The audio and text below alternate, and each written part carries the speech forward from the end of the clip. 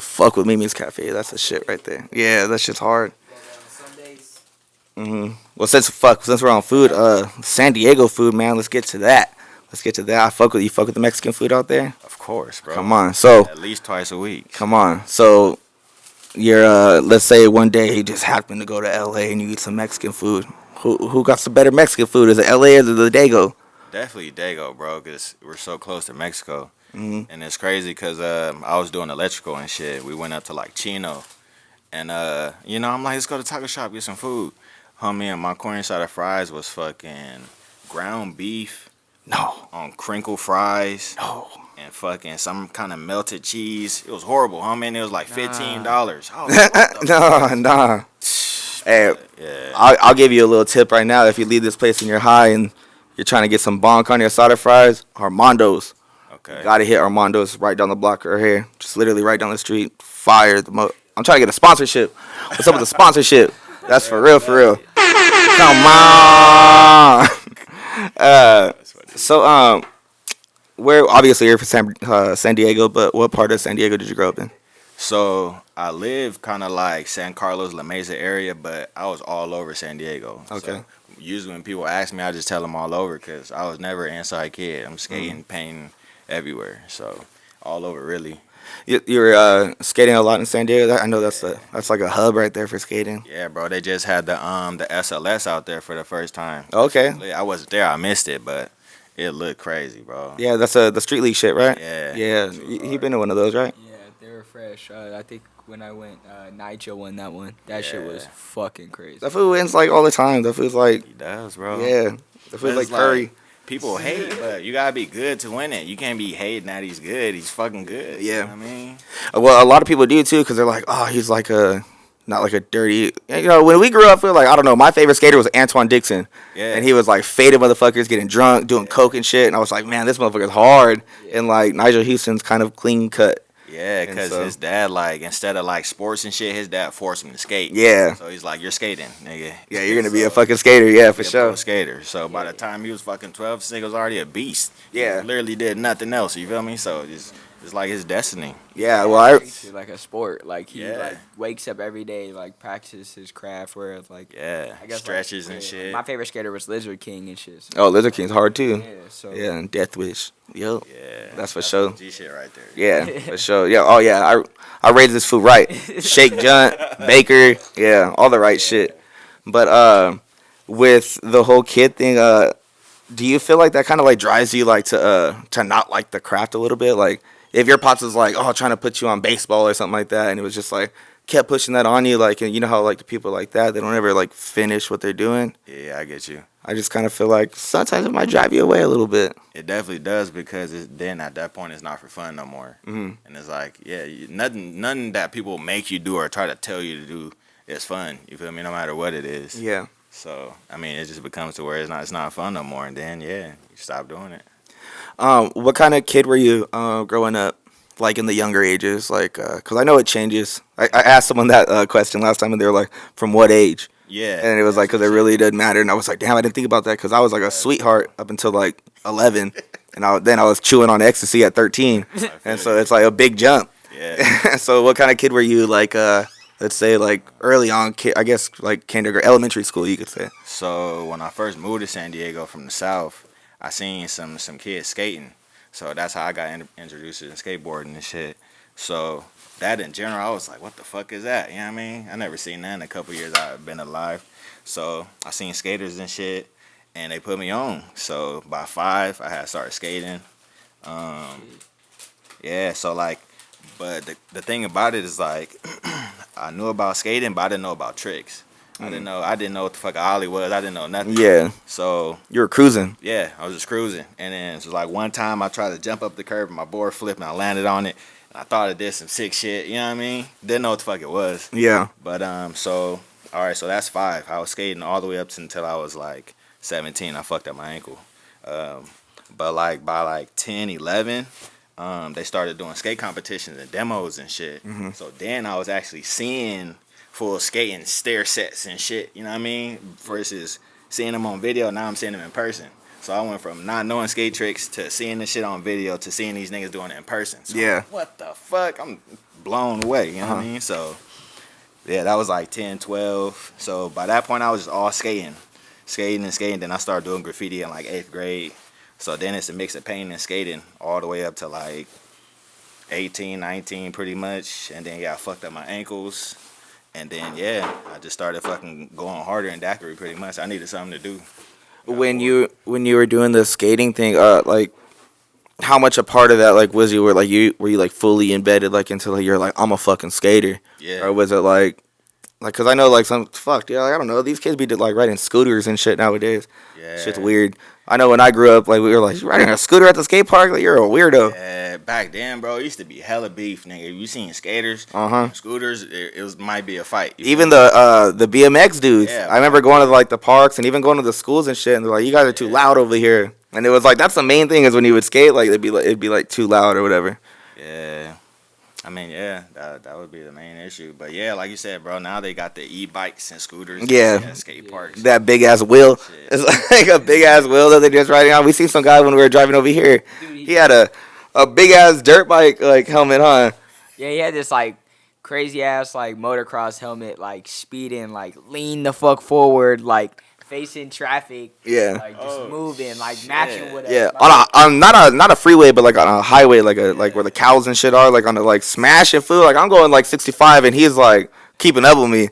I'm like, what's going on here? You just see him like, like getting it. Fucking nuts. So what was like high school like? Were you a cool kid in high school? Were you because I moved around a lot, dude. Like I think I went to 6 different schools, like my whole like high school. So I never got to be established in a spot. I feel you. So when people are like, oh, like I was a shit like this, I'm like, oh, tell me about that.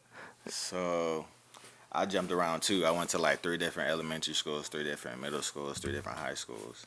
But I never was like popular because I didn't really care to be popular or like keep up anything. You feel me? It's like I'm just me type shit. But I just knew people, I guess, because I knew a lot of different people. That's what made me like cool. You know what I mean? But I ain't really have like I used to kick it with everybody, bro. Like I never had like a specific crowd that I kicked it with. I knew fucking a lot of people, even still to this day. And then I'm realizing it's because I went to so many fucking schools. Yeah. I'm like, damn, how do I know them? How do I know this? Oh, I went to this school with them. You know what I mean? So Yeah. now it's just I know a shitload of people. That shit works out though, especially with the brand, because now it's like a bunch of people like, oh fuck, I remember that dude? Like he got some clothes. Oh, that shit's fire. Because I be looking at your shit and I'm like, dude, this is nuts. Like I just put him on today, so I don't think he's gotten a chance to look at your catalog. But I was going through it today, like the shoes with the hair is crazy. Appreciate you. Like fucking that shit's dope. And then I was listening to a podcast where you were talking about like the barber thing. You guys did like a video where you guys cut it up too. Mm-hmm. That's fucking pretty clever. Yeah, because I wanted to show people without telling them that it was meant to resemble hair. Mm-hmm. You feel me? So, and then on top of that, people don't read. They might see a picture and just scroll. Yeah. So I told the homie he's a barber. His brother owns the shop. Him and his brother own the shop. So I was like, hey, bro, I got this idea. This shit's supposed to mimic an afro. I was like, how about we do something where, you feel me, you giving like the shoes a fade. And he was like, let's do it. And we ran it. And it ended up being pretty good. Did they actually cut the shoe or no? Yeah, he They actually did? cut the shoe and gave it a fade. Yeah. Okay. We'll put that should pop up right here while we're talking about it.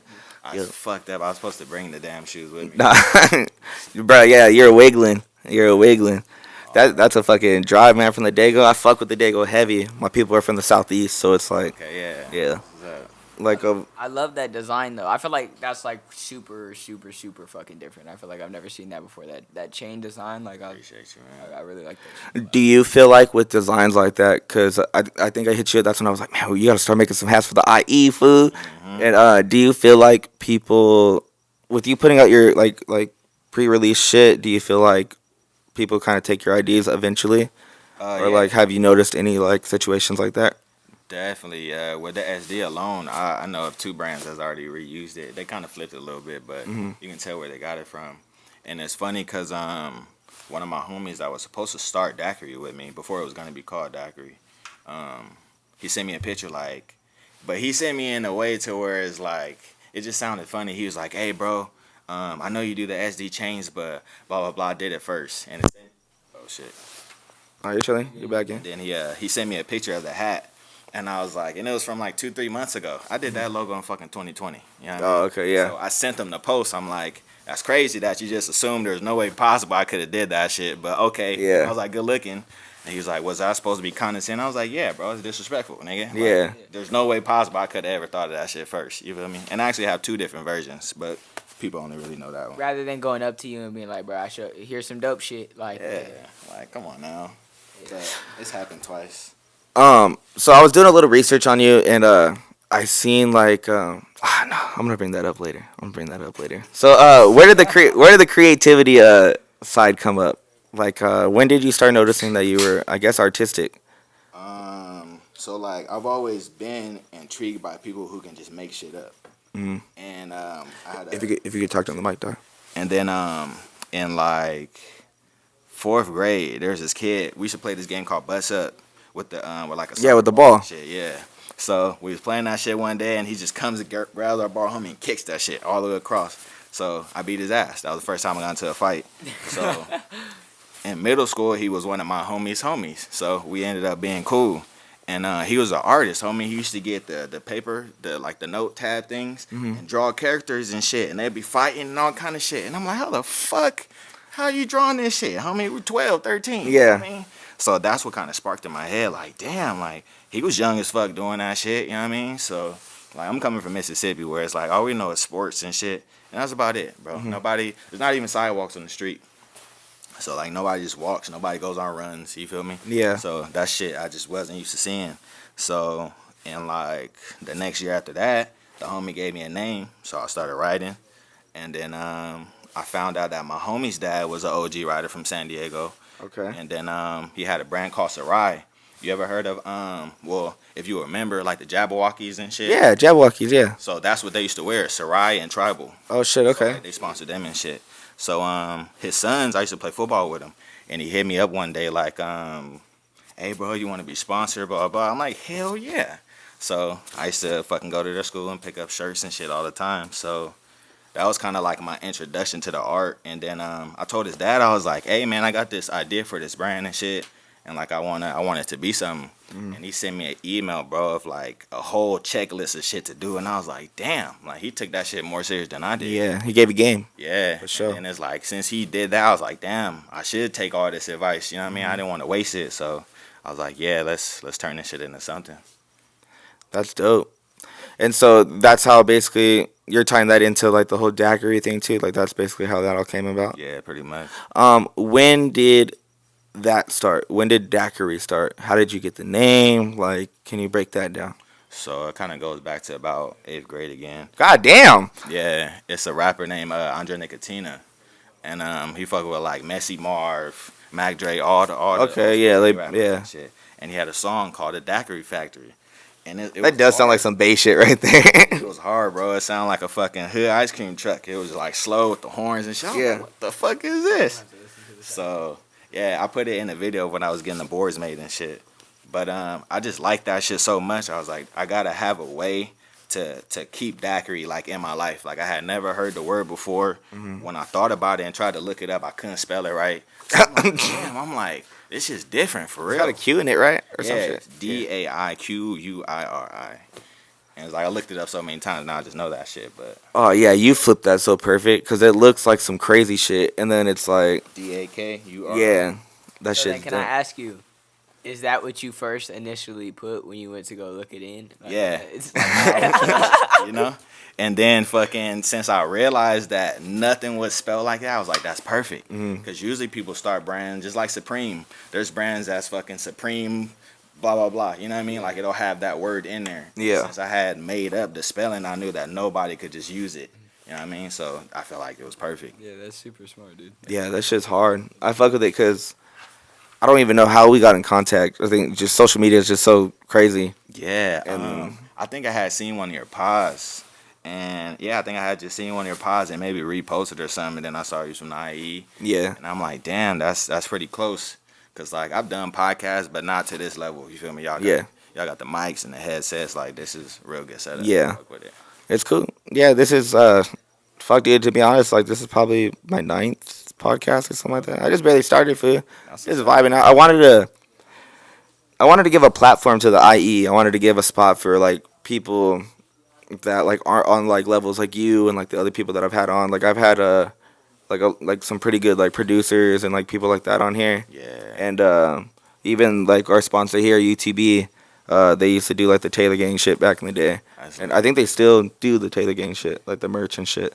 But yeah, we just like kind of started the platform just because I felt like there's no outlet out here.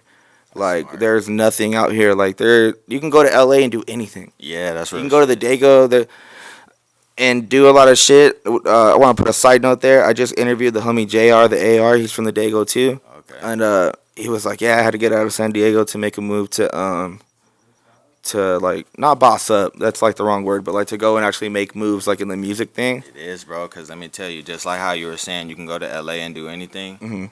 You can go to Dago and do anything, but niggas is closed off. They ain't letting nobody get into what's good already. Yeah. So if you notice, if you follow all the Dago pages, they're posting the same 15 rappers on every Yeah. single page. But it's because they want those rappers to repost it or get on, their platform. But it's like they need to do like you, homie, and get up and coming rappers and motherfuckers that's working and put them on. And then it'll become some shit like where it's no jumper. And you have this whole catalog, and then you have a video with that motherfucker before they blew up or whatever the fuck happens. But I feel like people just be waiting, bro. They want other people to do it for them type shit. Yeah.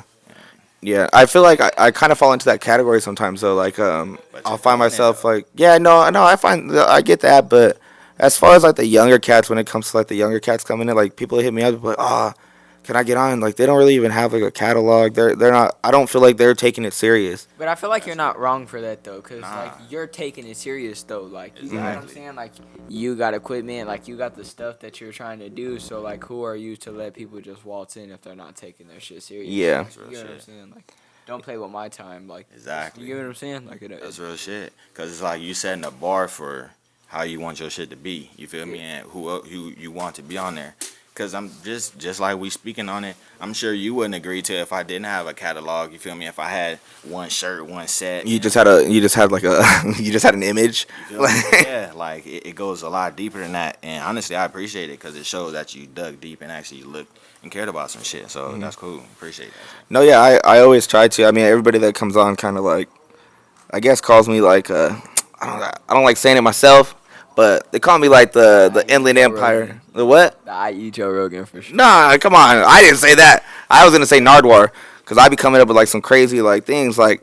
Basically, for example, like when you started tattooing, like you used to draw on your mom or some shit like that. Is that how you started? Like you used to trace around her tattoo or some shit like that? Yeah, so she had a Mickey Mouse tattoo on her thigh. And she said she got that shit in school. And she was like 16 or whatever. So that kind of just clicked in my head about tattoos in general. I thought they had to be done at a shop.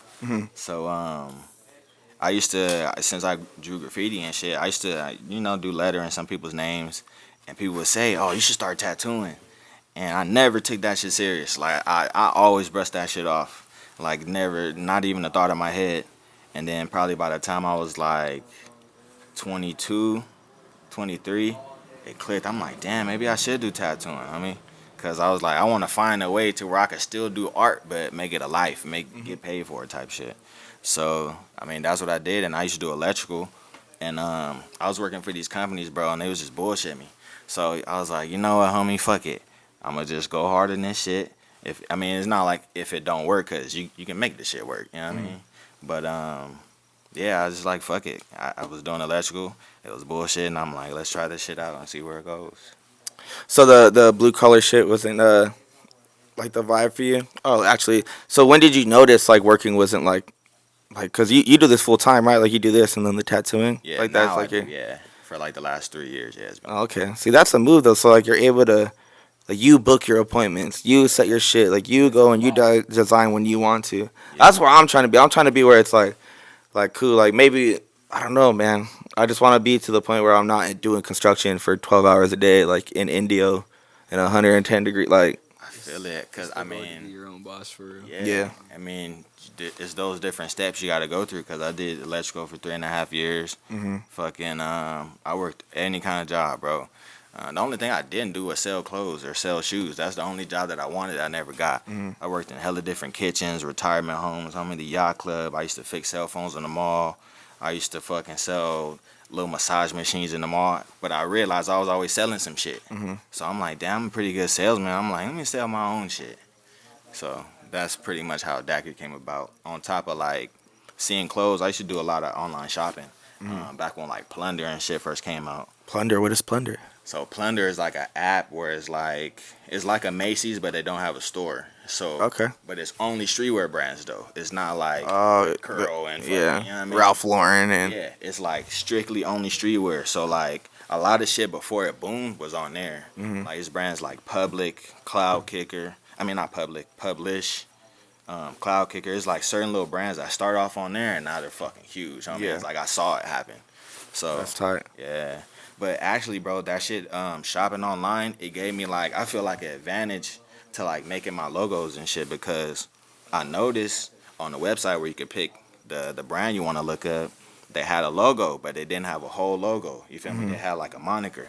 So in my head, I'm like, I need that. You feel me? I need this, this, and that. I need all these little things that can distinguish the brand. You know what I mean? If it was online. So just little shit like that from me shopping helped me tweak little things with the brand to make it like look more legit, official. You know what I mean? Yeah. So yeah. Yeah, that I mean that's where the quality comes in over the quantity, right? Because you're one of the people that does the rare drops, like seasonal drops, limited. Like you can't go and I mean I don't know how many products or how many pieces you make, but like you gotta hurry up and get it, basically, right? Yeah. So since the beginning, it's always kind of been like a limited thing because a lot of brands, if you hear right now, they'll say, I started my brand, I shopped overseas and I got fucking 100 jogger sets. But it's like when they're doing that, they're getting 100 of the same thing. So now you have to sell 100 of these bitches. Yeah. You feel me? That's hard, nigga. Yeah. That's hard. So what I do is I do like 24, 36 max of like each color. So that gives me because I'm building a skate team too. So it gives me extra enough to like give some to the skaters. When I have photo shoots, I got some extras and I have some for sale. So I try to have at least 24, like 2 dozen of each design.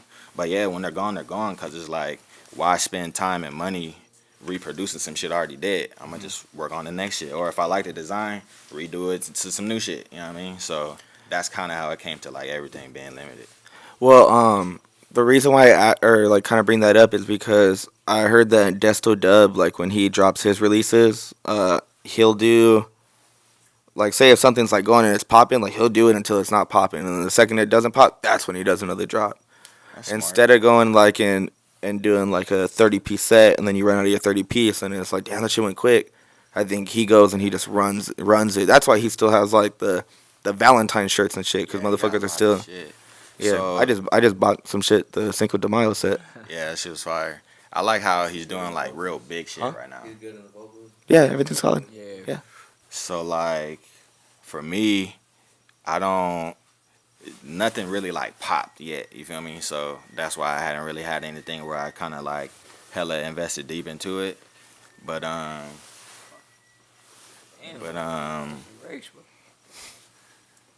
don't know. I guess it was more about because I'm being more realistic with myself, I guess. Because I've been doing this shit 14 years. So it's like I started going back to the story when you had asked me when it started. I started the design idea in 8th grade. 9th grade, me and the homie were supposed to do the brand.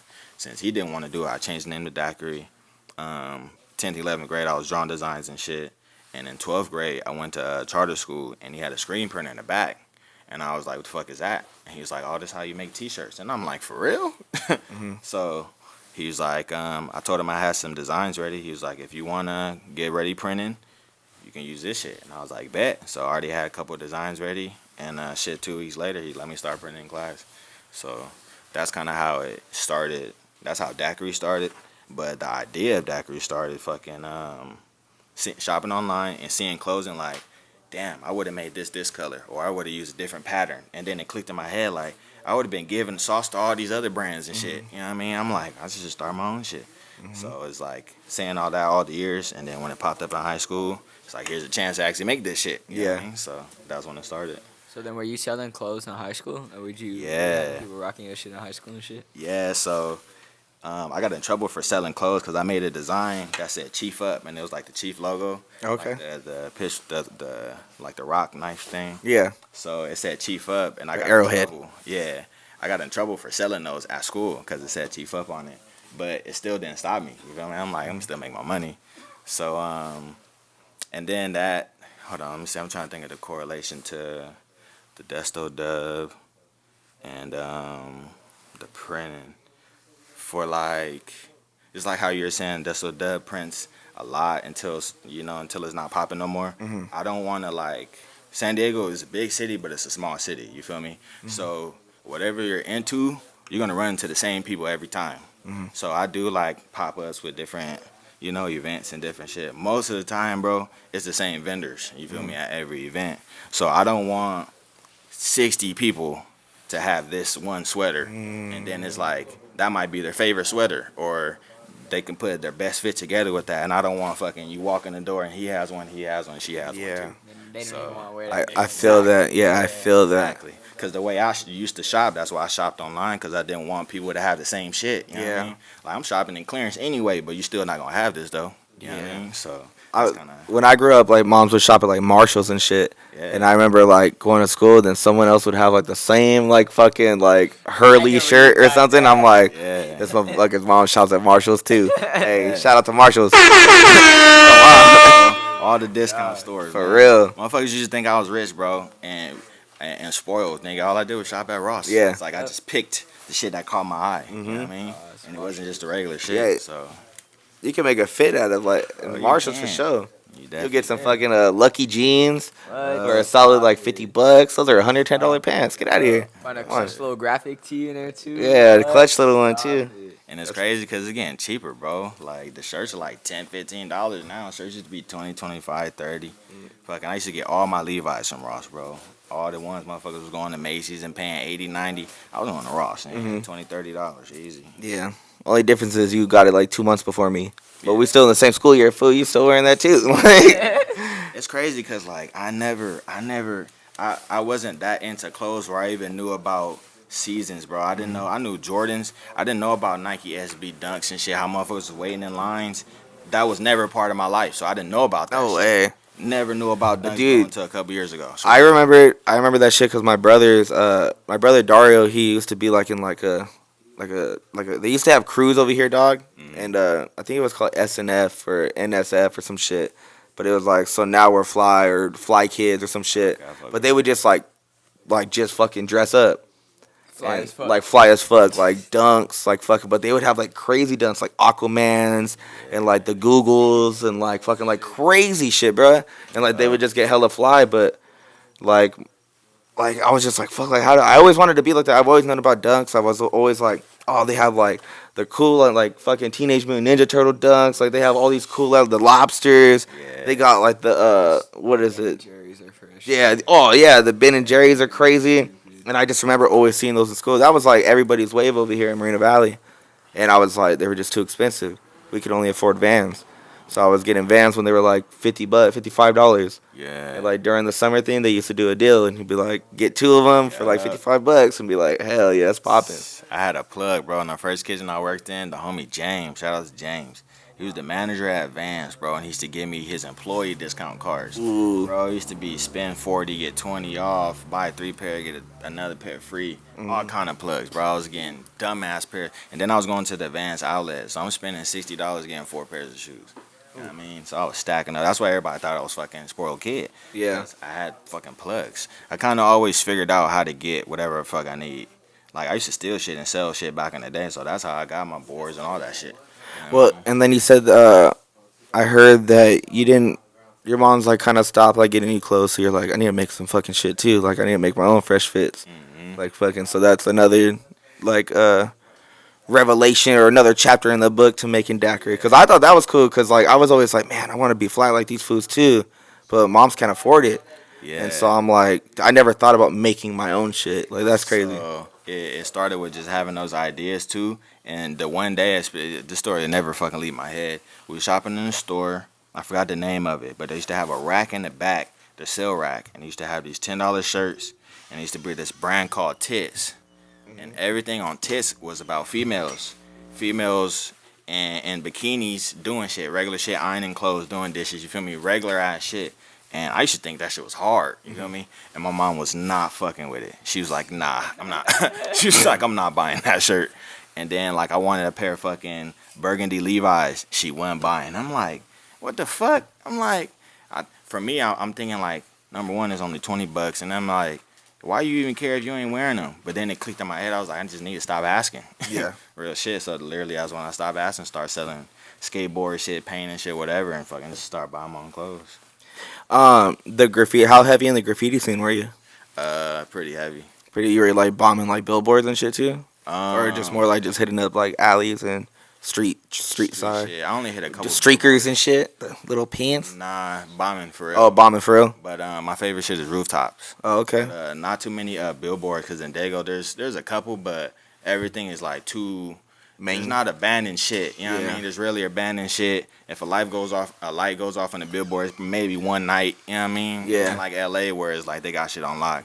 In LA, they don't even fucking care, homie. They watch you paint. They really don't give a fuck. I see the craziest shit in front of the cops. They'll be like just Yeah, bro. They don't give a fuck. hitting up. I'm like, dude, that's crazy how gnarly that city is right now. Because like, when I was working out there, I probably worked out there for maybe 6 years.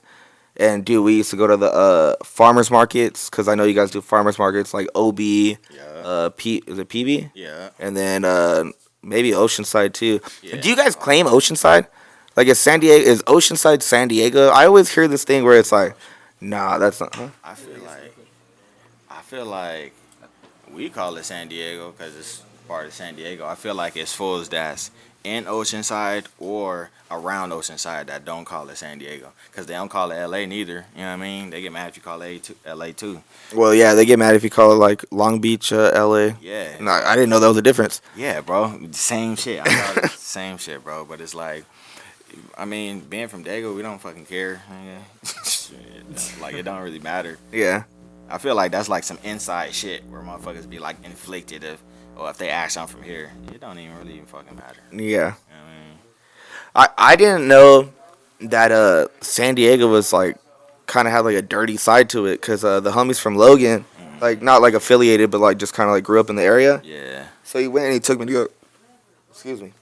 So the homies from Logan, and he took me to go like to his little park to go eat some tacos and shit, because we're working out there. And he was like, yeah, this is the hood right here. And I was like, this is the hood? And I was like, because my dad's from San Bernardino, and it's like grimy out there, like prostitutes and like fucking just gutter, like zombies on the streets. And then so like when I pulled up over there, I was like, you guys got murals on the wall, like fucking, what are you guys talking? He's like, nah, food, like. And then I was like asking my pops, because my pops used to be like about the business, and he's like, nah, don't get it fucked up, food. He's like, those San Diego motherfuckers do you dirty. Yeah. And I was like, so did you ever run into like little issues like that, like growing up, like just kind of like just running into trouble? Because the homie's like a skater too, but he was like, I used to have to fight like all the time. Like San Diego was rough a little bit. It is, bro. I've been hella close, but I never been in too many crazy fights, because I ain't never looked like a kid you could fuck with. Everybody thought I was mean. I never had a smile on my face. Because why the fuck I'm just be sitting smiling? Like, you gonna look like the target. You feel me? But it was one time specifically, I was on a trolley by myself, and there was 3 or 4 niggas on all the way on the other side. And they was talking, you feel me, chopping it up, and they looked at me. And they did their little talking, they looked at me again, and started walking up to me. I'm like, here we go. So what I did, I grabbed my trucks and got a real good grip. I was like, the first one step on is going to get rocked. Yeah, truck slap. You know what I mean? Yep. I don't know if they saw that or whatever, but they ain't say nothing. But that was one time where some shit was finna go down. But I was ready for it. Yeah, that's crazy. Yeah, no, I've been to Dago a lot, but now that you say that, yeah, like I've only had like one incident where me and the homie almost got into it. And it was just because somebody was too drunk. Like some white dude was just too drunk. Motherfuckers be too drunk. I just laugh at them, bro, because, like, I ain't even going to get no satisfaction out of beating you up. Homie. Yeah. You ain't even going to get me mad to that point, because I know what you saying ain't really real. You know what I mean? You drunk. I'm trying to figure out what the fuck you're saying right now. Yeah, like, real shit. Yeah. So I just be laughing more than anything. I ain't never really drunk. I mean, it was one dude that might have been drunk. He might have been. The homie had a show. Shout out Keely. He was in 1207 at the time. They was doing a show in North Park. and we had just pulled up and we went to some parking lot. So Keely's feeling himself, you know what I mean, fucking with people walking by, smiling and shit. And he was telling this Arab dude, he's like, damn, he's like, your hairline's fucked up. Oh Like, man. he's roasting him, right? Your hairline's fucked up. That shit's fucked up. And this dude's like, this nigga's 30 something, you know what I mean? He's like, we kill motherfuckers like you in our country. Oh shit. Right? So he's saying What the this shit. fuck? So That shit got real. dark. Yeah. So shit got real, right? So we talking shit. He walks off. He ends up coming back with this big ass motherfucker. I'm like, oh, it's on now. So we had another homie with us. He's pretty tall. So the other dude that was pissed at the homie, he's saying some shit to him.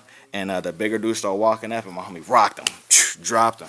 So that was my first time jumping motherfuckers. I usually do fair fights. I don't Yeah. Homie, I'll just show you the hands real quick. But, Bro, you guys jumped him, bro? yeah. Hell yeah. I had my camera around my neck. We was pulling the fuck out of him. And the crazy part, bro, I was just about to hit record on my camera, and I wish I did, because I would have had the whole shit. It was on my neck. I would have had the whole shit. But we had to beat their ass talking about killing a homie. We gonna fuck you up. Bro. Yeah. You can't talk to everybody like that. You feel me? Yeah. So we just had to show them real quick. But That's crazy. Yeah, that's why I fuck with people from the daygo, man. Y'all motherfuckers solid. I fuck with y'all for real. Like, just like how you saying it don't look like much going on. I used to say the same shit, and the homies from the southeast too. And he used to tell me like, shit gets active, bro. He's like, trust me, you don't know. And then I found out Daygo has a history for cop killing. Like, them niggas in the streets got a history for killing cops. That's why they don't fuck around out there. Bro, it had been hella times I'd have been, as a kid, pulled over with a gun. I got my gun license now. But as a kid, pulled over, they said you had a gun, all kind of shit, hella times. But recently, I got pulled over, and I didn't have my ID on me. And fucking, I thought I had my ID, so I was wearing a fanny pack with my shit. I'm thinking I'm straight. So she asked me for my ID, and I'm looking like, oh shit, I ain't got my ID. So she's like, since you don't have your ID, I can search you, blah, blah, blah. So the whole time I didn't tell her I had my gun, because I know how police and the word gun just don't mix. You don't say that shit. So she texted me and shit, pulled me out the car, and then she filled the fanny pack. She had me in handcuffs by that point. And then she checked my bag and was like, oh, I feel it, blah, blah, took it out. She's like, why didn't you tell me you had a gun? I was like, why in the fuck would I say gun? You're a female and you're a cop. I'm going to let you find that shit. Because obviously you can see I ain't trying to pull it and do no, Yeah, no some crazy shit, yeah. So I was like, shit, I'll let y'all find it. Yeah. So they fucking call for backup and shit. He's like, if it's in your name, you're good to go. I'm like, bet, I'm chilling at that point. So he's like, so why are you carrying your gun? I was like, nigga, I work late. And fucking, I'm getting off the shop at 1 o'clock, 2 o'clock in the morning. It's smokers and motherfuckers walking around all day. Shit, I ain't risking nothing. You know what I mean? I was like, same reason you got a gun, nigga, for protection. Yeah. You feel me? So, it's San Diego. It's tricky, but it really just depends where you go. And really, you gotta do some stupid shit, bro. Like, you'll get fucked with as a rider more by the essay bangers and shit. They don't fuck with riders, homie. They catch you riding in their hood, you probably will get fucked. Well, that's like, when I grew up, like, my pops would always say that too. Like, graffiti people, like, in the hood weren't. Because there's a difference between someone, like tagging and, like, doing bombs and shit. And then there's a difference between someone gangbanging. Yeah, we got tag bangers, though. Yeah, no, dead ass, yeah. You know what I mean, they from somewhere, but they right too. Mm-hmm. So like, you disrespect that clique, then you fucking with the other shit too. I feel like that's more popping right now than actual gangbanging. Is the, like, graffiti shit. Or maybe I'm a little bit behind. Like, when Shoreline and shit was going on, like. It's still kind of popping right now. Because I know a couple kids who are like I talked to and I'm like, hey, fool, like, what you doing? You trying to kick it? And like, you trying to kick it? And they're like, nah, I'm finna go out with the tag crew, like, finna go kick. Just like, well, oh shit, all right, for sure. Like, Yeah. I'll catch you. Yeah, that's crazy. I was never into that. I do have a crazy ass story where we tried to hit a lick on this house. The homie, I was probably like 7th grade. I was probably like 12. And so the homie Eric. Oh wait, the homie was like he was like, hey, the homie, his parents and shit, they're gonna leave, and he said that he has a bunch of, like, shit in his house, and I was like, the homie's setting up his parents right now? Like, that's crazy. So we broke into the homie's parents' house. Damn. And, like, was trying to, like, break in and get some shit. And then, fucking, bro, like, as soon as we got in, my nerves were. I'm a skater, fool. I had, like, long hair. I probably had tight pants on. And we got in the house, bro, and I was like, ugh. And I went outside. I yacked it, bro. The nerves got to me. And he was like, what the fuck is you doing? And I was like, can't do this, bro. I can't. This ain't in me. It's not in me, bro. I got out of there, bro. I think I skated away or some shit. Oh, And they like took like their brother's like car and shit like to go do it. And I was like, nah, I'll meet you there. like I was out of there. I think I went to Sabo's house after. I was like, yeah. That's crazy. There used to be this one kid, bro. He used to have his fucking parents was rich, so most of the parties we had in Daygo were at his house. They was on this hill, this mountain called Mount Helix. You can see the whole fucking city from up there. So he didn't have so many parties to where every time he had one, his shit would get emptied out. Shoes, Xbox, everything. So one night, I'm there, bro. Crazy ass house. You walk up to the house, it looks like a regular house. It's just long as shit. When you walk in, it ended up being 3 stories. So it goes down. The backyard, you see all this shit. It's crazy shit. That's hard. I actually wasn't supposed to go out that night, but it was right around the corner from my house, and I was like, fuck it. If I get in trouble, I get in trouble.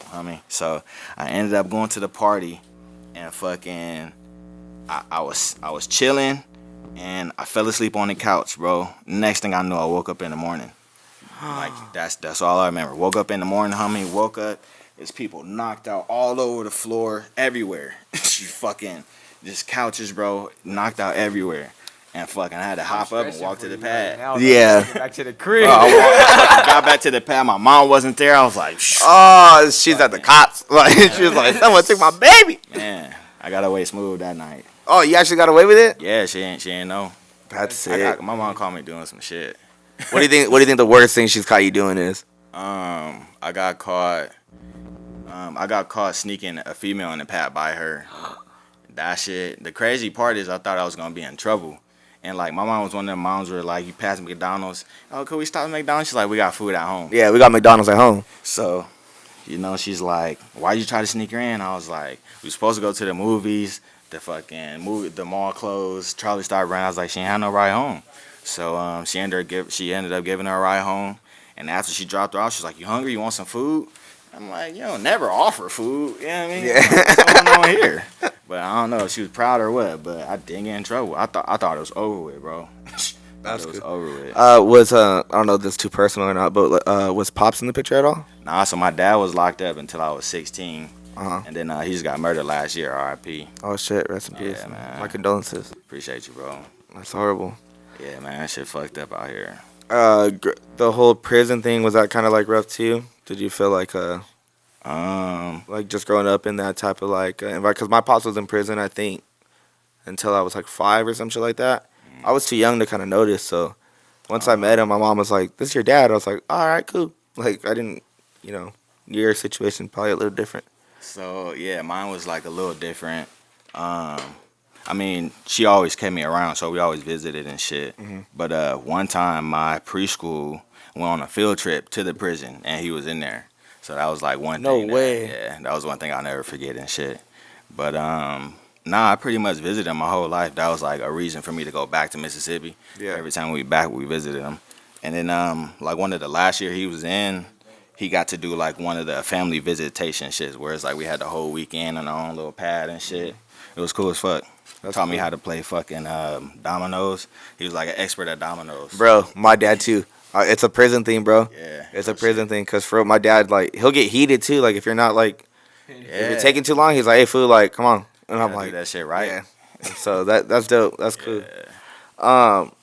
What was Mississippi like? Do you remember Mississippi at all? Man, I just got back 4 days ago. Really? That's why I was making sure we was good for today still. Yeah, that's why we were supposed to do it, I think, a week before, and you're like, I'm going to be gone. Yeah, so I was out there a month. I left April 9th. I've just been chilling, man, visiting both sides of my family's out there. So, and my pops is buried out there, right fucking across from my grandma's house. So it's just real calming and shit for me to be there. You feel me? All my family, because all I do here is work, bro. Yeah. I ain't got no kids, I ain't got no girl, so all I do is work. You feel me? Like all that shit can come after, and like I ain't even worry about that shit. But it's like, yeah, I got a plan. I want to make sure shit happens how I want. Nothing really happens how you want it to, but I just want to make sure this shit happens in general, however the fuck it happens. And kids and girlfriends definitely slow that shit down. That's a fact, because when I was trying to make I think I started out, what was it, rapping? I started designing clothes, I was inspired by these dudes. Like, I used to wear this shit when I was a kid, and now I'm sponsored by them, which is really cool. Hell yeah. And so it's like, they kind of like inspired me to go and do my shit, and I went to continuation school where I took a graphic design class. They had Corel Draw, and you used to like press shirts. You used to send it through the conveyor belt. Yeah. You used to like I learned everything, like how to do like laser print dog tags. Like it was like really cool. Damn. And so went on Pirates Bay, downloaded Corel Draw, and then fucking just started working like chefing shit up. And then from there I was like, nah, fuck this, and I started producing. Got good at producing. Then I started rapping. Pops and them never really supported me on it. So I was like, kind of felt like I sucked. Like I was like, no one like is really supporting me. No one's listening to my shit. I also didn't put anything out. So You never really dropped. yeah, I never really dropped. But I was like self-conscious. Like I was like a Mexican rapping. Like wasn't really popular then. I feel you. I think the only one that was doing it was Cap G. I just did a lit with your girlfriend. And that was like the only Mexican rapper like back then. So I tried all those things and it never worked. Photography, and then I randomly ran into the homie here, and it was just fucking. He was like, "You should just do a podcast," and I was like, "Oh, actually, my cousin J.I. Bands. We went to his baby shower, and he was like, "Man, I need to go on a podcast. Everybody just asked me about San Bernardino. How was San Bernardino? How was like, what are the girls like in San Bernardino? Is it really that bad in San Bernardino?" And he's like, "I want to know about my life." Like, and I was like, he was like, "You should do that, fool." And I was like, damn. And I think the next week I just ran into him randomly, and then it just took. I was like, damn. Like God was like, do this, fool. Shit was meant to be, homie. That's why I believe, like, bro, ain't no such thing as missing out, homie. When you doing some shit, say you working, you say you was gonna get off at 9. This happens to me all the time. Say you gonna get off at 9, you get off at 10 o'clock. Motherfuckers gonna be mad that you got off late. They don't really give a fuck what you had to do. You know, they want to go party and shit. So eventually I just stopped giving a fuck. Go ahead, do your thing. And then I realized I'm finishing my shit and I'm getting some other shit started. So it's like I wasn't missing out because I still got some other shit going. You know what I mean? So it's like, yeah, you definitely always, if you working on your shit, you always gonna be at the perfect place at the perfect time. No, yeah, for sure. You know what I mean?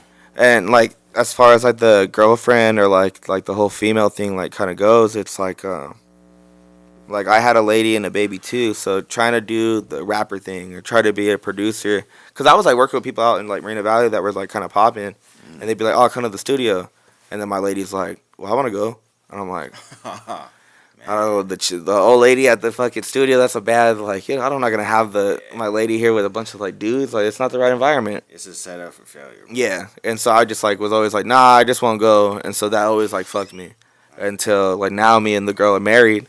And she's like, you need to do it. You need to get the fuck out the house. Like, do your thing. So I just be over here just cooking. That's right, bro. That's what's up, man. That's what you need. You need a female to encourage you to do your shit. Because if she kept being like before, it starts conflict. Yeah, no, for sure. It stops you from...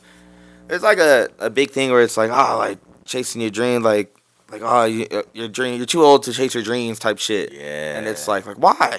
Like, why can't I do everything? Yeah, why can't I have like a real career, which I do, and why can't I do this until like I don't need to do that career no more?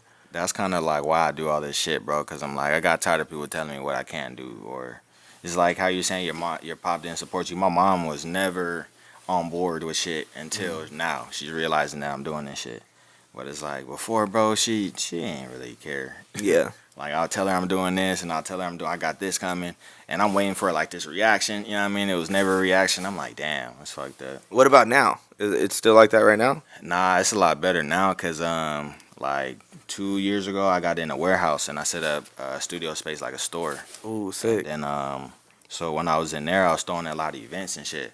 So all my homies that rap, fucking sell clothes, whatever you do, any kind of hustler, I was having them pull up. So they would be the vendors, and all the homies would be the entertainment doing music.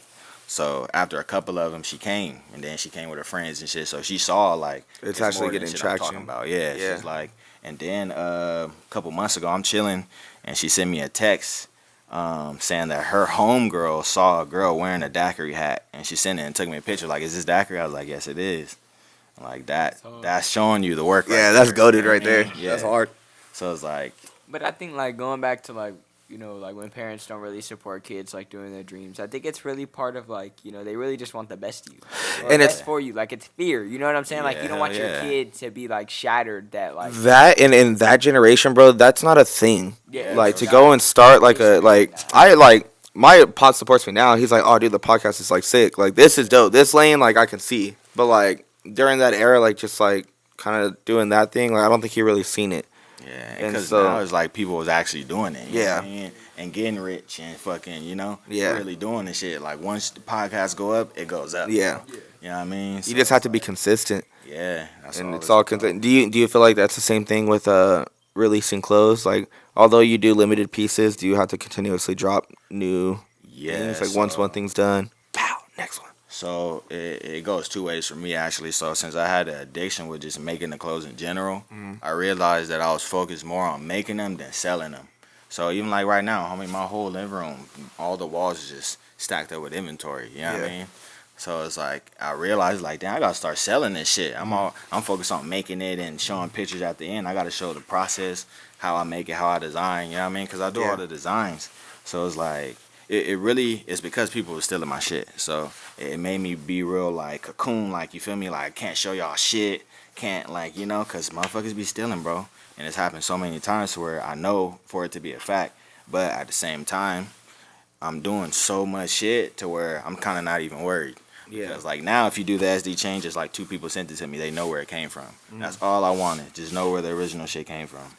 And like I'm working on a series right now of like any hat and logo that you see, baseball, football, basketball. I'm doing my own chain logos for every team.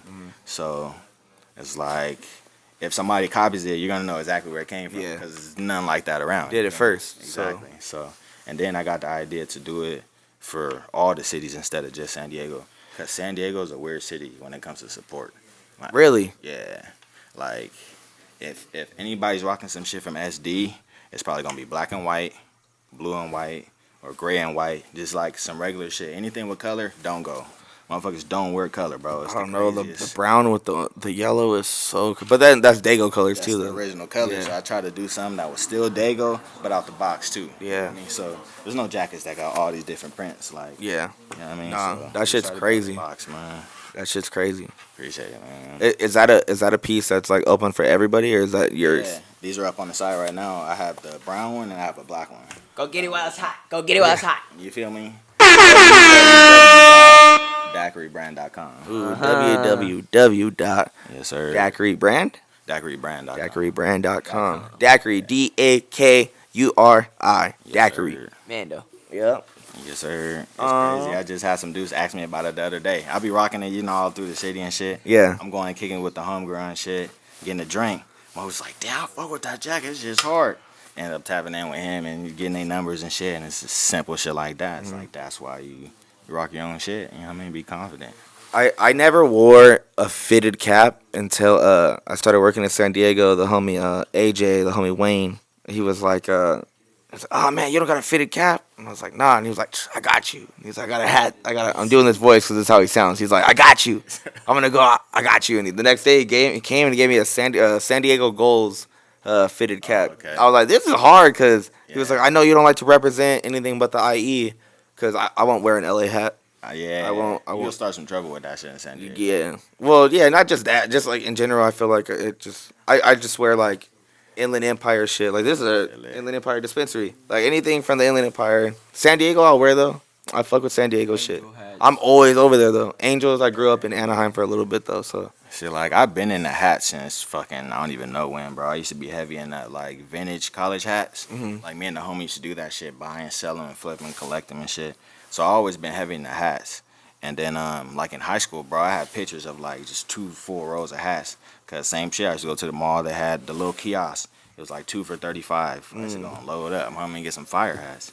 But, I started growing my hair out, so for, like, 8 years, homie, I didn't wear hats. I didn't wear no fitteds because my hair was growing and shit. So that's when I was making a lot of daiquiri hats. Because I'm like, well, I ain't buying them. You feel me? So I'm going to start making them. And then I cut my hair and then I got back into fitteds and shit. Because I can actually wear them and they'll be all the same size. That's crazy. Yeah. With you speaking of like the long hair, I got a bud. Actually, the owner of this, his name is Reem Hefner, and he has like crazy dreads. Crazy. Like they're long as fuck. He's been growing them for like 10 years. Yeah. And he came and did a podcast with us, and he had a fitted Dodger cap for the thing. I was like, "What size is that?" He's like, "I don't even want to tell you." Yeah, bro. It was like so, he was like, "It's like really hard to find this size." Just about to say. And I was like, "Damn." He's like, "I'll spend some money on it." And I was like, "All right, that's cool." I was like, "Damn." You know what it looked like is, have you seen like when I think I seen Gilly the Kid do it. And and he had like this big ass hat. Oh my It's like that big. That's what his hat looked like. Reem, I thought don't take away the sponsorship. Yeah, that shit's hard. Yeah, hey, shout out UTB. Buy that shit. UTBworldwide.com. All that shit. Come on. That shit. But yeah. That's comedy. Do you remember the first time you smoked weed? Yeah. So I had a homie. The first time I smoked was like 7th grade. I had a homie that was from El Salvador. Oh, okay. Shout out to the Salvies. Yeah, straight up to homies in El Salvador. That nigga was from MS-13 and all that shit. Goddamn, hey. He used to tell me shit, bro. Like, he was saying, like, out there, bro, they force you to be in that shit. It really ain't no choice. By the time you're like 10, 11, they're forcing you to do shootouts and shit. It's just crazy. Fuck. But, El Salvador is cracking. It's getting better now, though. It's getting better now. Like, even their jails, homie, the inmates run the jail. Shit, they like, fuck the police. But he already used to smoke. And so he's like, shit, you want to smoke some bud? My family already had smoke, so I knew what weed was, all that shit. Like, it's never really even been new to me. You feel me? Like, my uncle taught me how to spell when I was like 5 or 6. And I never knew what weed was, but my uncle used to be like, you got some BUD? I'm like, nigga, you taught me how to spell. You feel me? I could put this word together. Yeah. So I'm putting a word together with the smell. You feel me? Okay, that's bud. You feel me? So it was never, like, interesting to me. So I had tried to smoke it out of a little tiki hut pipe. Didn't get high. And then when I was going into 11th grade, 3 of the homies was smoking out of a gas mask. And it just smelled good. I was like, let me hit that. And they was like, you want to hit it? I'm like, yeah, nigga, let me hit it. Because I didn't smoke. So they was like, why you want to hit it? Yeah. Homie, I put on that gas mask, bro. I hit it the first time.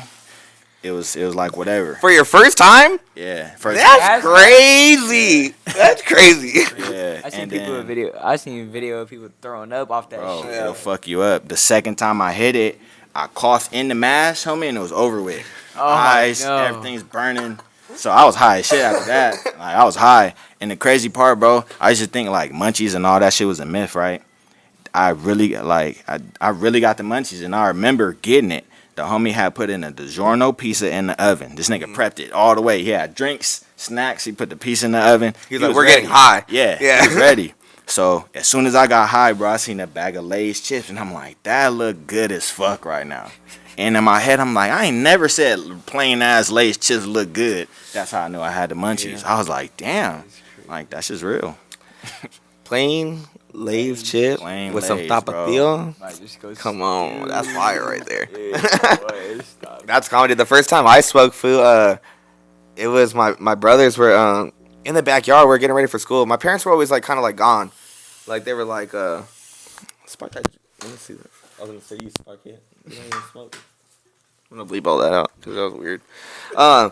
So when my brother, I have 2 older brothers, and they were fucking getting ready for school or whatever, and I noticed they went in the backyard, and I was like, all right, I'm ready. Like, let's walk to school now. And my parents always work, so it was just like normal. So I went in the backyard like, hey, I'm ready, and I was like, I seen him like, like, you know what I mean? I was like, what are you guys doing? And so by the time like I got over there, they're like, all right. So I think they were whispering, so like when they actually came to the conclusion of me like being like actually like in the presence of them, they're like, all right, gotta make him smoke. If he smokes, he can't tell on us. Yeah, real shit. Yeah. So I was in 5th grade. They're like, hit this shit, fool. So I was like I don't want to. They're like, hit this shit. And so like I got forced to smoke weed. Damn. At like was it 5th grade? Yeah, 5th grade. And I started walking to school, and I was so high, bro. And once I get to school, they're like, all right, everybody line up. It's picture day. Oh, Bro, it was fucking picture day for the yearbook, bro. So we're like sitting there, and I'm all like in the fucking thing, bro. It's horrible. And I'm like, fuck. So when the yearbooks actually come out, I'm so paranoid. I'm like, damn, it's probably a couple months later. And I'm like, bro, I was high as fuck when we did this. So I'm like, damn. They came out with 2 versions. It was a colored one and a black and white. For all the broke people, you can get black and white. Mom and Dad was struggling. They got the black and white. I was straight. Come on. Been a stoner ever since. that's right. Yeah, I would get. Were you stressing a little bit? Oh, dude, I thought about it for months, dude. I thought about it for months. Because, like, that. Think about it. When they take your picture and then when you get a yearbook, it's months, like, after. And when it was like, oh, yearbook, I was like, And that's a Smoke timestamp, homie. That picture is gonna be there forever. forever. Shit. I don't even know where that shit is now. Fuck, homie. Bro. Find that shit. Yeah. When I got my diploma, I was like, Well, because I went to continuation school and like it was a crazy ass. Should I tell the story? I think I'm gonna tell the story. So I went to continuation school. It was like an online schooling type thing. My last year, and then I was like a couple credits behind, and she was like, "If you give me extra credit, Alex, like show me that you filled out like some math problems." She was like, "I'll give you the extra credit," and I was like, "All right, cool." Went to the house. My lady was at my mom's house. I ended up dropping a tab of acid. Dropped the tab of acid, and it fucking hit me in like 20 minutes. And I was like, what the fuck? And then I fucking never went back to school. I ended up getting a phone call from the school, and she was like, Alex, where the fuck are you at? She was like, Alex, Luke, where the fuck are you at? You know what I mean? Like, what the fuck? Like, you know, you told me that you were going to come back with your extra credit. And I was like, I'm not doing that, bud. And she was like, well, already, like, I had to submit the forms. Yeah, I guess you passed. Like, you graduated. Congratulations. That's what's up. And I was like, all right, cool. And I was like on my bed, like fucking faded out the acid. That's funny. But shout out to the What was your acid. thought process when you came to? Were you just like, oh fuck, I just graduated? I felt bad, fool. Did you? If I felt bad because like she was like, go home, Went out on a limb. go home, get your shit, and come back to school. Like she let me leave school, and instead of coming back to school, I stayed at home and I just dropped acid. Last name Luke in this motherfucker. We really about that shit. That's funny that acid came up because we was talking about that shit and fucking in the DMs and shit. I was gonna take a tab, but I'm like, nah, I want to have like. I was gonna eat how funny. Right when I left my house, I was like, I'm gonna eat these mushrooms, and then I was like, it's way too early to be doing that. I was like, we don't have the interview until like 3 hours later. I was like, I'm gonna be like. I thought about it. I was like, I don't want to be on the road when that shit hit. Because, like, I don't like when that shit's peaking, bro. I don't want to be doing nothing that requires a focus and shit when that shit's peaking. Do you like acid over mushrooms? Yeah. Mushrooms gives me my brother right here. Shit. You know what I mean? I don't like the mushrooms, What do man. you feel is crazier? Acid. I feel like the mushrooms are more crazy. Like, they just make you feel, like, not okay. Acid is controllable. I feel like it's the opposite. I feel like acid ain't controllable. For real? I get some strong ass tabs, bro. And, like, I take 2 or 3 at a time. Maybe we gotta link up. Yeah. Maybe we got. Hold on, wait. And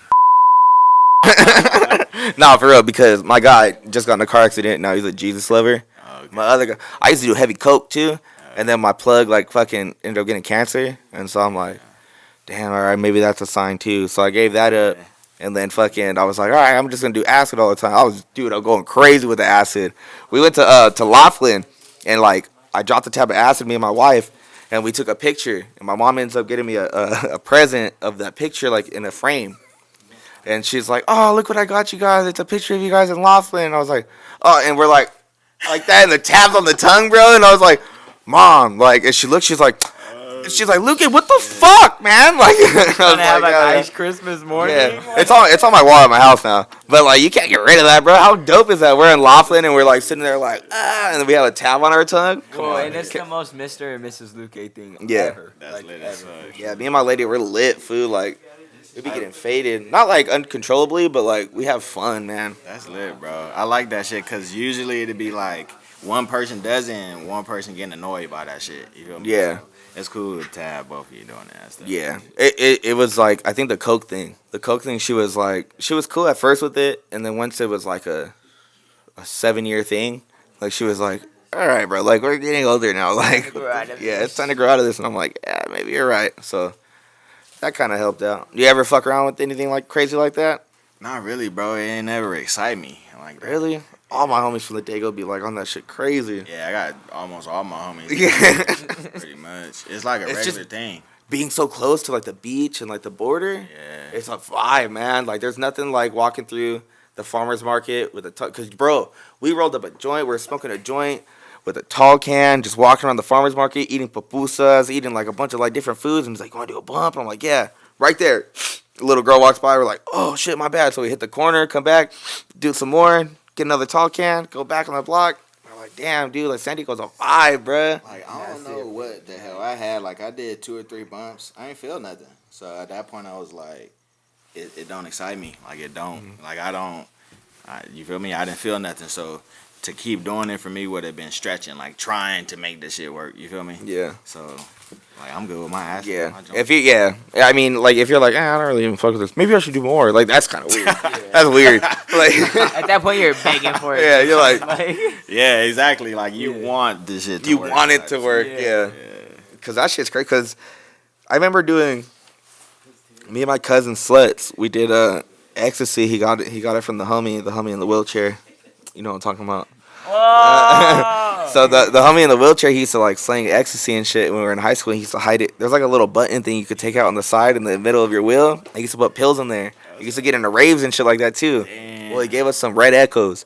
And my cousin was like, here, pop this shit. So we popped it, and then I was like, I don't feel nothing. My cousin's like, "Rah," like all faded. And I'm like, dude, I don't feel nothing. And I'm like, going, I was like, call him, fool, because he gave us some bunk shit. So he calls him. And he's like, hey, this shit don't work. And he's like, kind of like, it went away for him.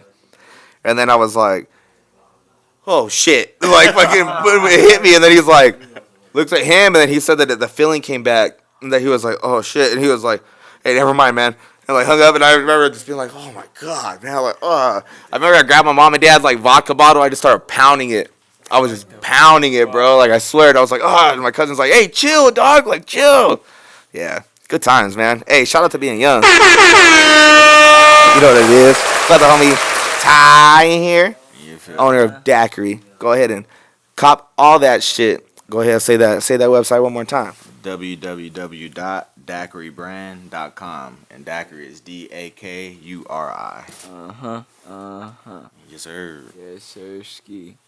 So, do you ever find yourself like beefing with like other companies or anything like that? Is there anything like where, like Having problems.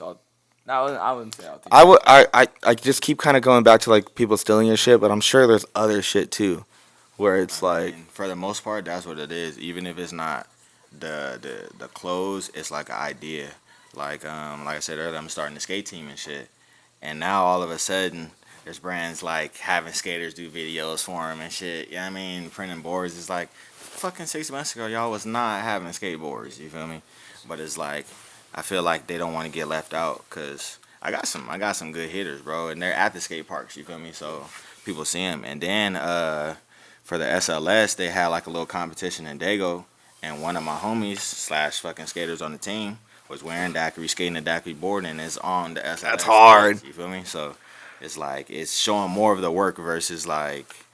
It's like you're gonna get more of a benefit on me being coming up with your own ideas and pursuing shit versus redoing what somebody else did. Right. You know what I mean? So that's more of it. Like I just see people kind of making the same moves. It's like the SD chain. Like nobody was doing that before. All of a sudden, you know, y'all coming out with chain designs. Like, you know. yeah. Is there any brands that you see out there that you're like feeling like low-key that you want to collab with, or are you kind of on some lone wolf shit, like I no one could really fuck with me, like I feel like I'm on my own way? Why'd your voice get deeper right now? I don't know. This tastes great too. That's good kush right there. I like larger brands, bro. Like I do my hat designs and shit. I want to design hats for fucking New Era. You know what I mean? Like I want that series to be a series of New Era hats. So it's like every city would have their own chain logo. So That'd be super fresh. I need a Murder Val hat, dog, Fresh. with the mountain on it. That's crazy. Nah, he's underage, bro. okay. That's crazy. Yeah, just like That some would be major a great brands. idea. There's like some local brands that's cool as fuck too. But it's like they follow me, but they don't watch any of my stories and they don't interact. So I feel like they're more just kind of watching, make sure my moves ain't, you know what I mean, conflicting with theirs or whatever. But nobody even really says anything. They might say shit behind, but that's behind it. Do you pay for Instagram promo? I do sometimes, bro, but that shit kind of end up being not even worth it. Really? Like, and this is different though. This is a podcast. This is videos. Like you giving content for people to watch. For the brand, I have to make that shit. So that's why I kind of make like commercial looking videos because I don't want all my shit to be just shit and me hopping on live. You feel me? Like, I want it to resemble a real brand. So that's why I make different little commercials, different little shit. But I just want it to look legit because like even though I've been doing it for a minute, there's a lot of people that haven't heard about it or just hearing about it at that time. So whenever they hear about it, I want them to see it and already look legit. You know what I mean? I mean, it's at that point now. It's pretty solid. Do you feel like oh man, I forgot what I was gonna say. Jordan, jump in. So growing up, where you said where'd you come from again? Originally, you said Mississippi. Mississippi. Mhm. So I was growing gonna up, say Georgia. I was way off. growing up and stuff, being like clothing designer and stuff like that. Were you like you weren't heavy like fashionably like influenced like ever like early on So or yeah, kinda, like, definitely. definitely? Cause in the South, right? Like I haven't lived with family and shit out here in a minute, but it's like in the South when everybody's getting ready, they put their whole outfit together. They gonna iron it, homie. They just make sure shit is clean cut. It's like just how females do and fucking change their outfit 5 times. That's what everybody does, cause they trying to just make that clean fit. So me seeing that and then putting the different colors and shit together, that's what kind of made Daiquiri how it is. Cause like I want you to put a fit together. Like Yeah. I don't want you to only be able to wear this, and this with this jacket. I want you to be able to wear whatever the fuck you think of. Like get creative.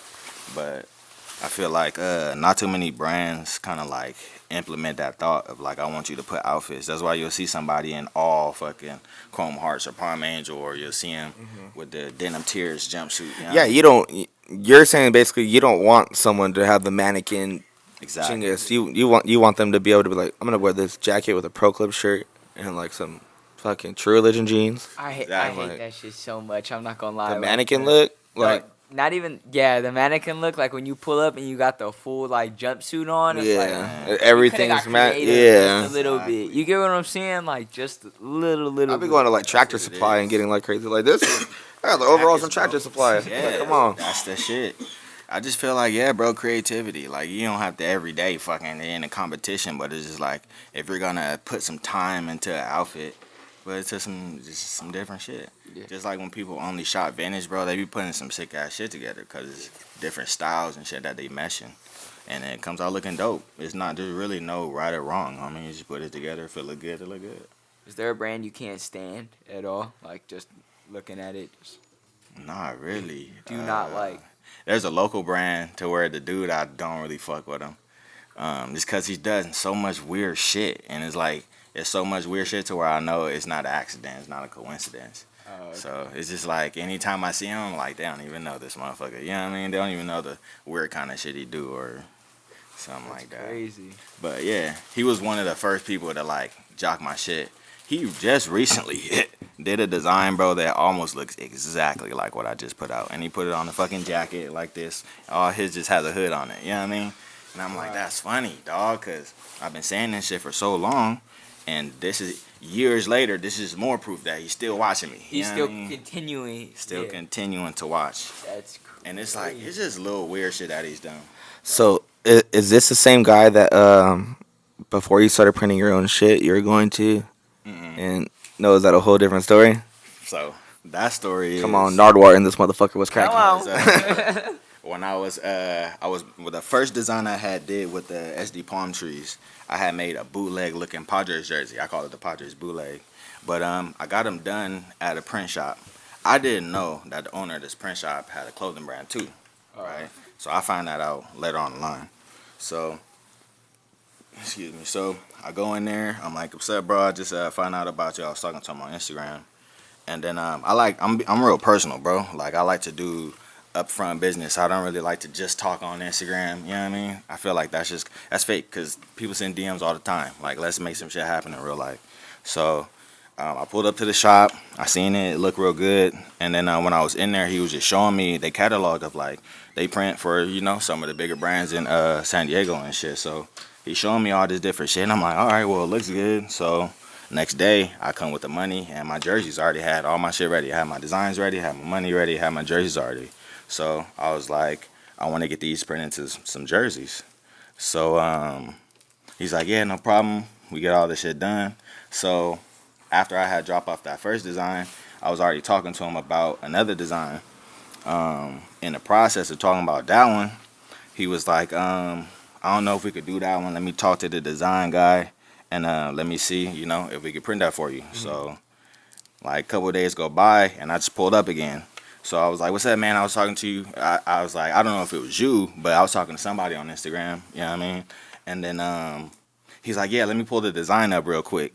And then it clicks. I was like, the dude on Instagram said he got taught to the design guy. So Yeah. if you're the dude I was talking to, that means you're the design guy Yeah. too. If you just pulling it up. He was doing the hold on hello, this is such and such assistant. He's like, Yeah. hey, what's up? This is yada yada. He's like Yeah. totally finessing the I was game. like, let me talk to my manager. Yeah.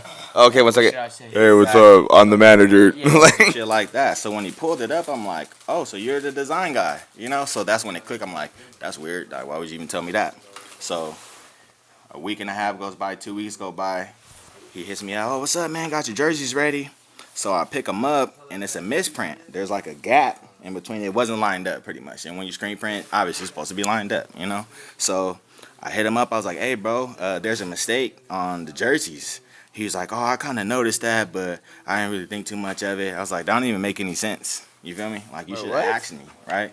You should have asked me. And then I was like, what about a sample? thank you. I was like, I wouldn't even been mad if you fucked 5 or 10 of them up, but it was 33 jerseys. He fucked all of them up. All of them had a miss. What? So I was like, I wouldn't even been mad if you did 10, but you did all of them, bro. And he tried to give me this bullshit. Oh, my apologies, blah, blah. And I was like, who doesn't check for samples? Who doesn't print something and ask, is this right to continue printing?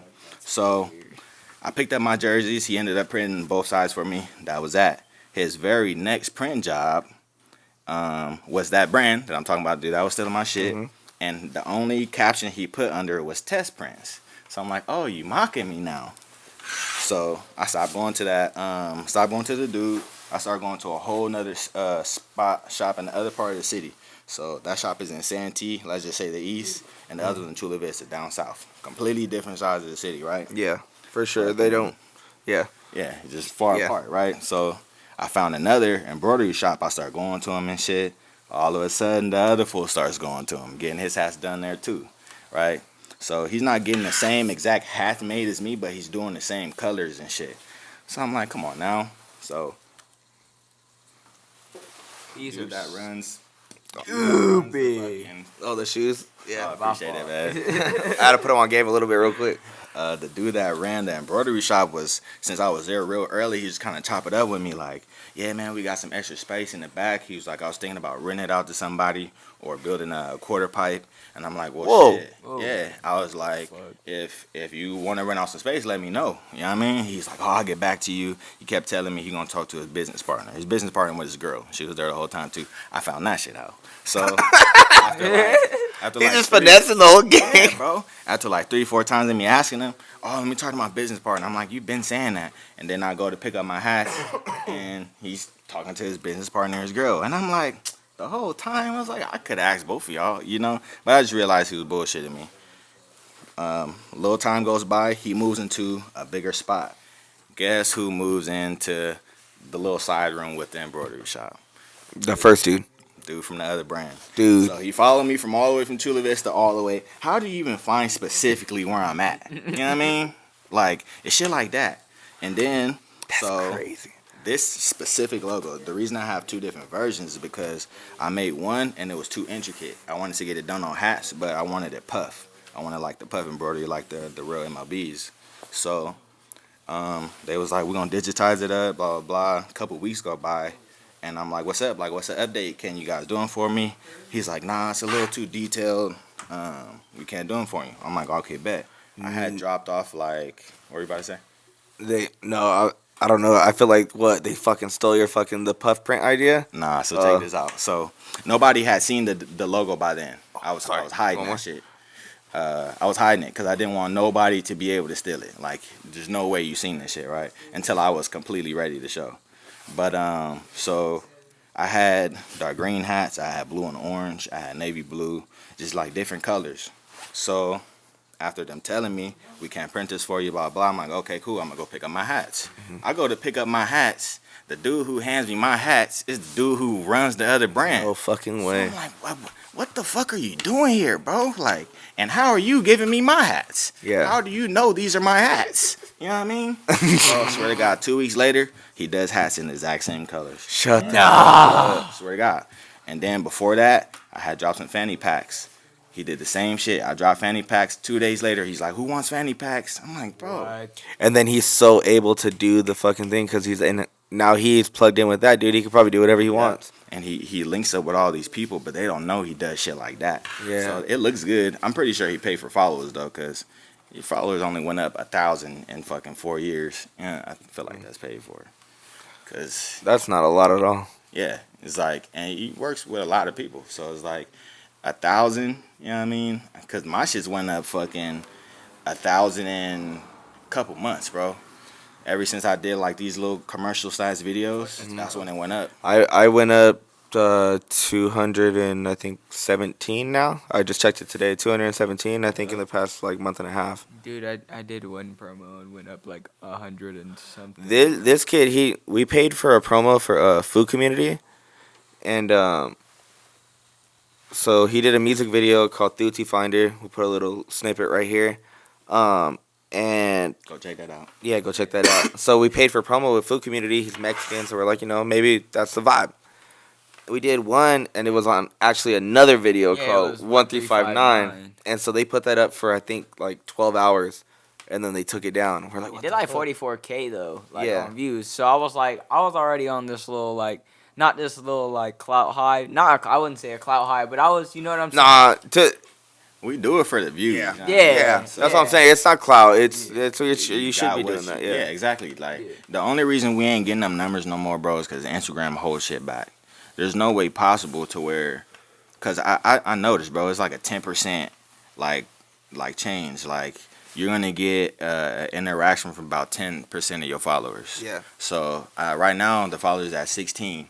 I might get 20 some 30 likes on the Mm-hmm. picture. You know what I mean? So and then I noticed that it's only certain people at certain times. And another thing I noticed since I have my tattoo on my daiquiri page, I'll post some shit on my daiquiri page and I won't see it till 2 days later on my tattoo page. It's like, what the fuck? I know I posted it. Yeah, because you had the other accounts. Yeah, so I it's feel the like- same way. They hold your shit back, bro. They hold Yeah. your shit back for sure. Well, back in the day, dog, when it first started, it was a time thing. yeah. When you dropped is like you could scroll down and go like into 2 weeks ago yeah. and be like, it would have no Yeah. ads. Remember, like, yeah, Shit, bro. like you scroll back and you'd be like, what the fuck? And it's just like, because it's time. Like if he posted 15 minutes ago, you posted 2 hours ago, and the last person on your feed posted 7 days ago, it's gonna go like that, bam, bam, bam. And it's not gonna give you no ads. That was when it was cool. yeah. Hella shit- filters. Shit switched up now, bro. Hella filters. And then the bitch would be like, no filter. Capping out they ass. Bro, they got all kind of filters, bro. This shit getting dangerous, man. It's been dangerous, but it's getting worse. Shit. Mm-hmm. You better double check them not profile pics, but them pic posts. Something. You better make sure that follower count is correct. Yeah, shit. She has 2,000 following and 15 followers. Don't do it. Something ain't right. Yeah, something ain't right. How did the whole skateboarding thing? I know you said that you were always into skateboarding, but when were you like, I need to start a fucking a brand, like a team? So that's all. My whole dream coming up was to be a pro skater. You feel me? And have boards with my name on them and shit. And so, I always wanted to make daiquiri boards, but I just never knew how to. But it's a skate shop called Local Skate Shop. Shout out Local. Shout out Slappy. Shout out Arson Reg. Ooh, the homies from Slappies. Yeah. So, I had asked somebody. Oh, the dude at Local was screen printing. He was screen printing his boards. And the crazy thing is, I have the ink for boards. I tried to print them, but I had fucked some shit up because I don't have all the shit I needed. But I asked him, I was like, hey, do you offer printing service for boards? And he was like, nah. He was like, hit up this dude. So I hit up the company. I hit up this other company, and they stopped taking orders at the time. So I was like, damn. I was like, how the fuck am I gonna find somebody then? Because it was COVID, so shit was getting real rare. So damn, how did I get with her? I think that page referred me to her. He was like, this dude does smaller orders locally type shit. And I hit him up, and shout out her. He ended up working with Slappies, and he does all, any local brand from San Diego, her probably prints their boards. And it's all done at Slappies. Yeah. Yeah, so that's kind of how I got in. Found out he was fucking right down the street from me, 15 minutes. I was like, oh yeah, it's on. That's tight. Yeah. So you used to skate. This is a Mando question that I'm surprised we haven't asked this. What size board was you rocking with? So that's funny that you asked because I skate small shit. I used to do a lot more technical shit. Okay. So all the flip tricks, you know what I mean? Okay. So I skated 7.75 through like 7.9. I fucked my ankle up on the 8, and that's the reason I didn't skate big boards. That's crazy. It's funny you say that because I couldn't get any like clean like tray flips or any clean like hill flips unless I rode like an 8. Like I'd have to like until I used to always ride skinny, and then once I got older, like once I was like 16, and I was like I'm gonna try it again, because I think from 14 to 16 I didn't skate, and then once I was like randomly I got a job and I was like I'm gonna get a board, and like got like my dream board, like I was like everything I wanted, like when I was a kid, and then fucking yeah, like it was like I was like they were like, oh, we only have like an 8, whatever the fuck, and it was like I remember it was wide. What board do you have? It's the same size. Me, I think I had a 825 or a 8.5. Yeah, so it was really wide, and that's how it almost felt like a cruiser, but Yeah, I bro. was able to land. I feel like I had more coverage to land. I was I the was like- opposite. I fucking back then when I used to skate heavy, the biggest board that I used to hear of was a 825, but I used to skate 8s and like 8.125s, and my homie had like a mini. He had like a skinny ass board, and I was just flipping shit on accident. Homie, I was just doing shit. And I'm like, well, damn, that was fucking easy. So I started getting smaller boards, homie, and just started all my flip tricks is just right there. Like I never, and then it's like I said, I fucked my ankle up on the 8. Anytime I have like an 8 or I see an 8, I can tell. It's like I can just tell I can't ride it. Bro. And Yeah. I fuck my shit up bad, dude. That's the reason why I can't skate no more. Bro, I hate you for that. You're like, this shit's low key easy. I'm like, doing these trick flyers. I mean, you're stressing. I can do a fucking hill flip and Tell shit. me, Like, bro, smaller board is it don't have to be like drastically smaller. You know what I mean? Just maybe one little size smaller. Like I can't skate an 8, but I can skate a 7.9. You know what I mean? It's that little. Yeah, the little bit of coverage. Yeah. Yeah. What's funny is like my hill flips. I never had hill flips down until someone told me you don't do a hill flip with your heel. You do it with your fucking toe. When you go and you kick. I mean, at least he told I could never land like a kick like you like just like a kick flip. You do it hill flip like on the Other way. opposite side. I didn't And think about it like that. The same. Once I did it, I was like, oh. I like did it like first try. Yeah. First try. Yeah, I was like, oh, and I was like, what the fuck? I think you were there. We were pissed because Yeah. we were like sitting here popsicle. Yeah, and the homie Austin Gilman, he was like, what are you doing? He was like, no, you're supposed to hit with your toe. He was like, you're kicking, you're just like going like that. He's like, that's why when you're landing, you're like all retarded. And I was like, not retarded, hold on. And then, yeah, that shit's like it matters. I like that guy's fit over there, man. On the camera, it looks like the overalls. We got the same outfit on. The Dewey. That's funny as shit. That's comedy. Hold on. I want to make some daiquiri overalls too. You fuck with UFC? You into UFC? Any Yeah. combat sports and shit like I that? was when I was in my the studio. I had a homie. We were filming a little video, and we were outside, and this dude pulls up in a Lambo and shit, and he's fucking saying all this shit, showing us like all these different cars. He's like, yeah, I want a fucking UFC, like ring. Fucking showed us to be having UFC matches and shit. What? MMA. I was like, damn. So that's some shit I gotta start going to.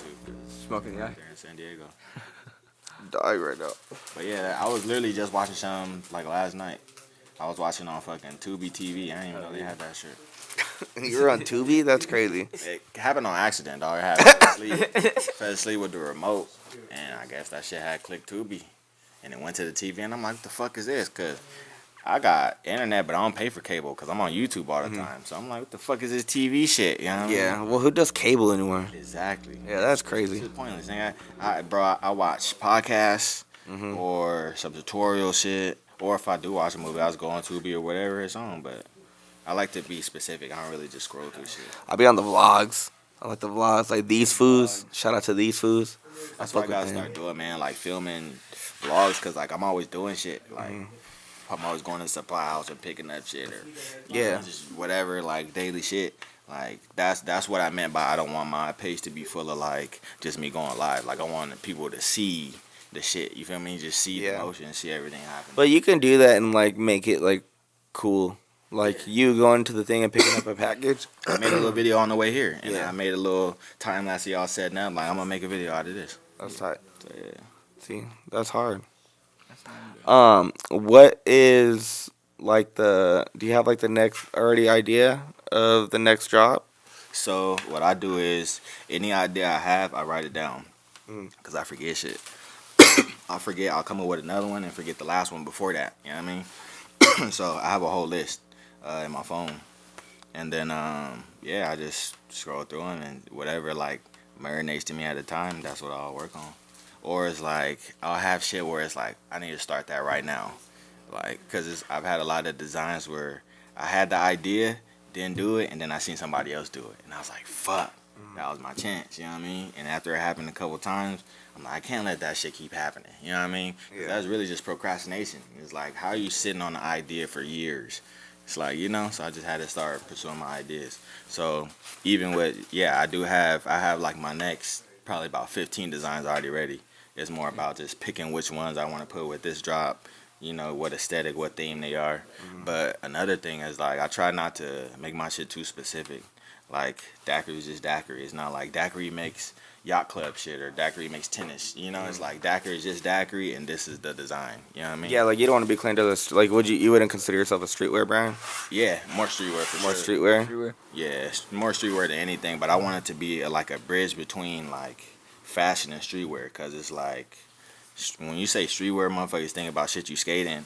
Like, yeah, it'd be fire if you skated in this, but nigga, don't go skate in it. You feel It's me? almost not taken as serious as like fashion like brands are seen, which I would argue that there's more streetwear brands out there that are way more fresh than the Hell the yeah. fucking popular like And bro, they fashionista brands. collab with streetwear brands. That's Yeah. how they stay relevant. You got Gucci and fucking, you know, whatever, and Bape. Supreme Louis It's like- Vuitton. Yeah, it's like shit like that where it's like they need these brands, bro. They don't have fucking 20-year-olds in their office making fresh shit. Them niggas is 40-something, 30-something. They don't know what Yeah. the fuck look good no more. If you look at Bape right now, Bape is making the same shit they've been making for 20 years. And it's happened that way because Bape sold their company. And it's like, instead of having the original people coming out with all their ideas, they're having somebody trying to duplicate what's already working. Yeah. That shit already works. It like make some fucking Yeah. different. You know what I mean? You have the budget. They you bought the have brand everything. thinking that you can just Exactly. Like you still gotta put some creativity into it, bro. And yeah, it's like I just never want to lose that. So then there's no number for daiquiri, then daiquiri is your baby. Like you could never give this up. I've come way too far at this point. I don't know if you still want to. No, I'm cool. Yeah, I've come way too far, bro. It's like I said, my living room is all inventory. I don't even have a living room. It's screen printing equipment and daiquiri clothes. So it's like, even if I was to quit, I would still be living in this shit every day. But I'm not even talking quit though. I'm talking about like if somebody Like sell came, the company. Yeah, like if Oh. if somebody came up to you and was like, I got so set large No amount of amount money. number, bro. No. If you believe in me, if you believe in me that so I'm connected. Go ahead. Check. Like yeah, if daiquiri is what it is, and if some random person or investor or brand, whoever, thinks it's projected to be that much, hell no, I'm gonna keep it, because it's just like signing for music, bro. It's like they're only signing you because they know you're good already. So it's like you just keep doing what you're doing. You already Oh, got yeah. the recognition. You're already there. Just keep this shit going. So nah, I don't think there'd be a number, because then I'll be bored. I'll be like, what now? Like, I Yeah. have the money and be like, Now you got to start something else. Yeah, exactly. And it's like, nah, I'll just keep this shit going as far as it can fucking go. However it goes. That's on. Daiquiri worldwide type shit. Hell Yeah. yeah. That's what I'm trying to kind of like figure out a little bit, because like I'm a part of NPR. Like cool. Like this is like our family. Like I'm over here like recording. This is my people's. But he's always like, dude, you need to build your own studio. Make an in-house studio. Start your own thing. I'm like, damn, okay. Like, do I start doing like a thing where like just like him, like he has like a whole little like thing, like a whole setup with the mics. I have this and that. Maybe I can do that in the, you know what I mean? That place that's like I'm kind of in. I could start taking over that area. And like, so that's kind of like something I've been thinking, or do I just stay here and just be in house and like kind of like help him grow, and like we grow together type shit. Like I don't know if I want to part ways yet type shit. So that's kind of Never something. parting ways. It's just more collaboration. Yeah. Expanded. Yeah. You know, shit changes, but you know, it's not like changing what you do. It's just changing the scenery. Like if the person that you were working with in the beginning where you started the brand, you said that you were working with someone and then they were like, I don't want to do this no more. Yeah. If you guys had built it to the point where you guys are right now, and he was like, I want to part ways, would you feel some type of way, or would you be like, nah, let me do your thing? Because that then the brand how it was wouldn't be the same. There would be a part that was there that ain't there no more. So designs and shit would change completely. Yeah. So that's the reason why I changed the name and logo. You know what I mean? I'm like, well, I'm not gonna try to keep that because what if he tries to keep it? And you know, so I was like, let me just make something different. But that's kind of the reason why I never really had any partners, because it's like I don't want that to happen. I don't want it to get where I have this set of jobs and they have this set, and I've been doing these the whole time, and then they part ways, and now I gotta do all this shit all of a sudden. You know what I mean? Now I gotta learn all this shit. I don't want that to happen. So the route I'm more taking is I'm gonna learn all the different parts, because I already do designs, I already do screen printing, I already do heat pressing. So I really just gotta learn how to sew. So at that point, it's gonna be more of I'll have to hire people. I'll have to hire designers and people to screen print, and that's what I'm looking for. I'm looking for people pretty much who will already do it. But like, this is the designs and this is the piece. Here you go. You know what I mean? And versus just like a team. Like, cause I feel like that's why Nike makes so many replicated shoes and shit, cause they're waiting for 20 approvals. You know what I mean? This person has to like it. They have to like it too. One person don't like one thing, and they gotta change that, but still everybody has to like it. It's like I don't want that shit to be a thing either. I just want it to be like, these are designs, let's put these out, because you don't know what's good or bad. There really no such thing as good or bad. You just put it out. It's creativity, bro. It's art. So it's like you just not limiting yourself. Eventually, somebody gonna like it. Exactly, and it's like you don't know who likes what until you put that idea out there. You feel me? So 100%. yeah. Have you speaking of that, have you ever put out a product where you kind of were like I really don't fuck with it, but like the homies are like, oh, this is a cool design, and you were kind of iffy about it, and it actually did do well, or like, you know how like a rapper goes and makes a song like, I really didn't like that song, and it blows up. Have you had a brand that has been like that, or design? Nah, I mean maybe the chain logo, cause like I've had it for fucking 3-4 years already, but I just started showing it like 2 years ago. So maybe this one, but not really, cause I don't want to limit myself, and I don't want to like hold shit back. Like I don't want to be, having a drop and be like, damn, I still need 2 more designs, and I got 10 more that I ain't gonna use. You know what I mean? And just stacking up. I don't want that. So what I do is I try to make every design fully aesthetic, pleasing to myself, and the same thing to clothes too. Like, cause I'm putting my own money into it and I'm making it. So it's like I'm not gonna make some shit I don't like. I had some people hit me up like, oh, you should do jogger sets and you should do with the flare bottom. I'm like, I don't even wear that shit, homie. And so it's like I'm not gonna put my money into shit that I don't even fucking wear. That's what all these brands are doing. They're putting this shit to what they think people like and want. People are gonna buy it. They're gonna make sales, but that's what makes daiquiri. But it's just it's a trend though. But I actually When they buy those like those like crazy looking pants, or like the like fuzzy like things, and like this and that, like you can only wear that this generation, or like whatever's going on right now.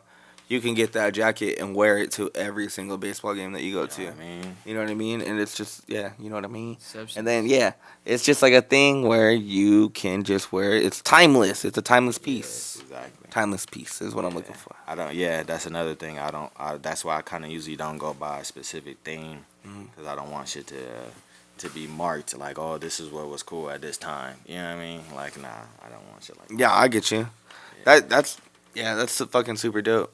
I mean, actually really. Oh my bad. I don't No, mean to cut go you ahead. off, but I actually really like that you wouldn't make some shit if you wouldn't wear it though, because it actually it brings a personal connection to the brand that like you said, it kind of it brings more substance. You know, it brings more like longevity to the piece of what you wear, to where it's not just following a trend. It's not just, you know, the flare bottom where that is gonna, you know, go. Because I know plenty of trends where people were wearing that shit 4 or 5 years ago that they look back and they're like, why was I wearing that shit? Yeah. And Yeah, it's like, you don't see no one wearing like the Jerkin Day shit with Hell the Cookie no. Monster shirt and then the Fuck tight Checker jeans. pants and you shit. don't see Yeah. that shit no more. Like, Yeah. Dog, I remember someone had the leopard skin, or not the, it was like cheetah skin or some shit pants. No, it's like tight jeans. I was like, that's wild. Zebra jeans. I ain't gonna lie, I seen it. I was like, that's hard. But then I was like, I can't do that though. I'm a chunky boy. I Think can't about do it, that. I'm like, just like you said, like chunky. I'm not small, but I'm not huge. You know what I mean? Yeah. Like I'm 6'1", so I'm too big to be wearing certain shit. You know what I mean? Like I'm not gonna wear all cheetah print pants. I have some pants that got some cheetah print spots, or you know, somewhere. But the whole thing is like, nah, I can't do that. And I feel like that's another thing that separates Dagger is like I'll use the same elements but in a different way. You know what I mean? The display would be different, all the same. You know, the same substance. It's different product. You know. That's dope. That's looking super cool. it's, Cause like I don't really, I don't know, I don't really think of like clothes like. I always think like I'm like, oh man, like where the fuck do these people get these ideas like with the clothing thing? I'm trying to. It like dig just seems deeper. so intricate, like the way you're like talking about it. It's like pretty nuts. Like your mind must be always going. Yeah, that's why I have to keep it going, because there was a point in time, I've been doing it for 14 years, right? So there's a point in time when I first started where I'm like, oh, this shit's sick, it's finna blow up, and it didn't, right? So then I'm like, well, shit, I know it ain't finna blow up, but let me keep it going. And then I realized how expensive this shit was. So I was like, fuck, and I was only getting paid $2 something per paycheck. And the cheapest amount to get some shirts printed is like $300, $350. You know what I mean? So after my very first t-shirt run, that was my last one that I ever paid for. Other than that, I went to the jerseys. And that's why I don't go anywhere no more, because the 2 times I went, it showed me. Yeah, I got taught a lesson. Like, nah, this didn't come out exactly how you wanted, and you wanted more, and that was out of your budget because it's too expensive. And then when I went in and had everything I want exactly ready, he fucked it up on purpose. So I'm like, I'm not finna let that shit happen. So, nah, I print all my own shit, and I won't. If I do fuck it up, it's not gonna get put out. You know what I mean? So you started out as a daiquiri cafe, correct? So with that being said, your whole thing was to be everything was in house, like a cafe. Yeah, like cooking Is up it shit. is it like that 100% now? Like, are you just doing everything in house now, or is there some things you do have to go to like a manufacturer for? Manufacturer now, because I'm trying to, now I'm into the cut and sew world. Okay. So that was like a milestone for me, because I only can print so much, you know what I mean? And I only know how to make so much. So, and then on top of that, when you go to get services done in the city or whatever, like getting screens made, they're gonna tell you we can only do this size, you know what I mean? Or their printer only print this size. So when you go overseas, there's really no limit. You know what I mean? You make your shit and you send it to them, and this is how you want it. You go over every little display, every color, every stitch, everything, bro. You got to be real specific though.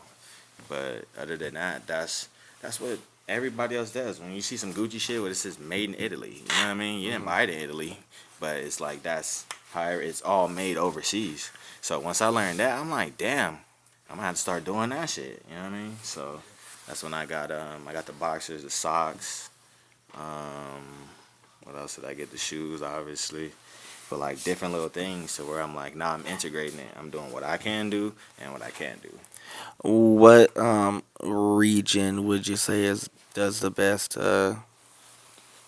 Manufacturing, Yeah, China. China does the best manufacturing. They have So- damn near all the factories, bro. Damn near all of them. With really good quality and all that. Yeah, like it, because you could be specific. You know what I mean? You could tell them you want it this weight. You can get it GSM. GSM is like a t-shirt measurement or garment measurement for how thick it is or how heavy it is. But you can be specific with all that shit and you'll get that. That's because that's their job is to make whatever product you want. You know what I mean? So you be specific, tell them what you want, you probably get it. I mean, you get a sample done first too. That's always smart. So you ain't just spending your whole load on a questionable order. You feel me? Yeah, So you pay for your sample. If your sample's good, fucking you run it. that's crazy. Have you ever had like like a bad batch or something where it just, I mean, other than the jersey where it was like a big loss where you're like, fuck, like I gotta learn from that? Or would you say the one incident was that one?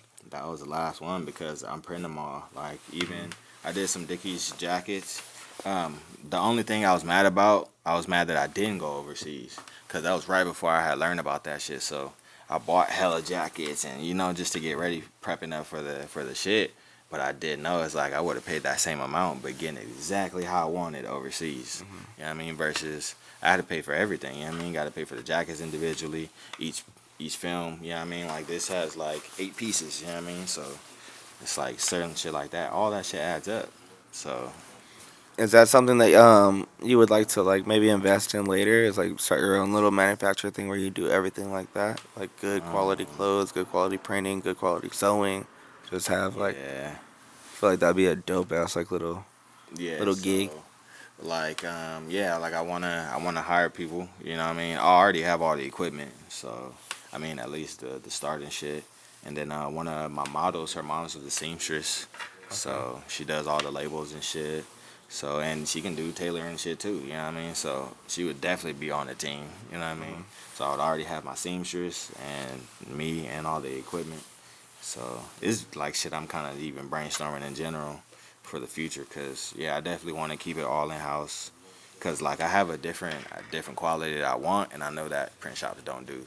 Yeah. Cuz I do like so usually if you go to a print shop, they're going to give you 3 runs. They're going to print it, flash it, print it again, dry it, it's done. So essentially it's like thin layers. They're adding thin layers, but it's not thick enough.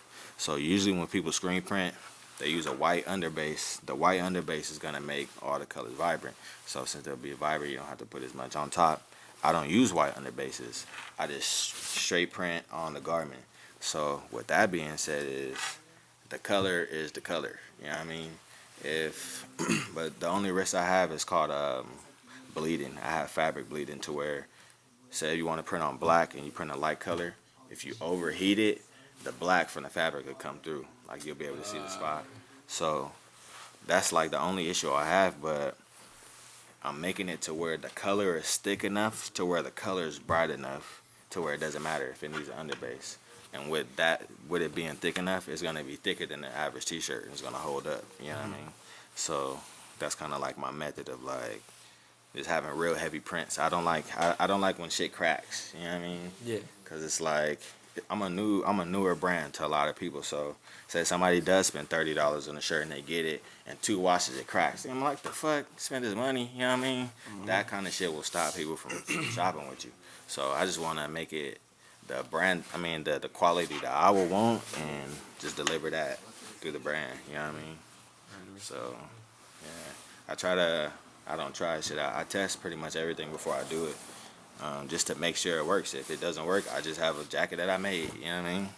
So Yeah. And then you're like, yeah, you can still rock it and promote the brand and shit like that. Was there any ideas that you kind of took off the drawing board, tried to test up, and didn't really go to plan, and you're kind of fucking bummed out that didn't really work out? yeah, so that's kind of how these jogger pants came about. I was gonna do some in the past. I had ordered some, and when I got them, they're hella thin, homie. The quality was not there. It was just hella thin. It was like boxers, homie. So they were too thin, and then I printed on them. I'm like, let's see how it goes. And then I printed on them, and I wore them like 3 times, homie, and they got some holes in them. So I'm like, damn, like the seams and shit was coming apart. So I was like, damn, bro, like I can't sell this shit, you know what I mean? Yeah. So I didn't end up printing them because they would have all probably did that. So that was like my first set of jogger pants that I tried to do, unsuccessful because, yeah, they would have all fucked up. And I kept, I'm pretty sure I kept a pair at the pack because I tried to keep one of every, like a sample pretty much of like all the shit that I printed. So I got just about one of everything, bro, from even the first shit I did in high school in 12th grade. Dude, really? Yeah. So you got all your old sample shit. Yeah. You just never let it go. Touch it. Nah, because it's an archive, man. I gotta see. Or you can always I mean, not like you want to recycle, but if like you know what I mean, if you really Yeah. wanted to, you could just limited edition beginning Yeah. shit. And just I just say revisit, you know what I mean? Just redo it to where it's same design but refreshed in a different way, you know what I mean? But that might happen. But as of right now, I'll just kind of fold it up. I just want to build an archive, bro, because when I go do pop-ups and shit, I have a display. I have a display of one of everything that I have available. So if I didn't do that, you know what I mean, I wouldn't even be able to have that shit for display. So it's just to show a catalog, and then like it being a new brand and shit. When people do see me at a pop up or whatever, I can't take everything with me, but if I do have it on display, I'm gonna have it right here where you can maybe try it on or touch it, feel it, see the quality, all that kind of shit. So yeah. Well, My I bad. mean, I had to, living in had to do a bump real quick. No, I'm just kidding. living in San Diego, I'm gonna ask, are you a seafood person? Like, are you?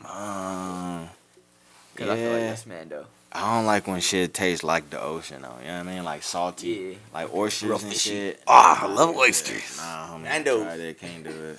Oh, It's too fishy. I got a San Diego question. You ever been to Hong Kong? Nah, No. nah. You never were part of the homies. I was like going to the They going real tried quick. to ask me so many. The only time I almost with the homegirl was like, "So you can come in my homegirls," and I thought about it like, shit, that would be dope. You know what I mean? But I still didn't go. The home girls used to go. Yeah, That's crazy. I thought it was that like a. shit's I thought it was a guy thing. Yeah, I totally thought that was a new thing. nah, they get lit out there, bro. Shit.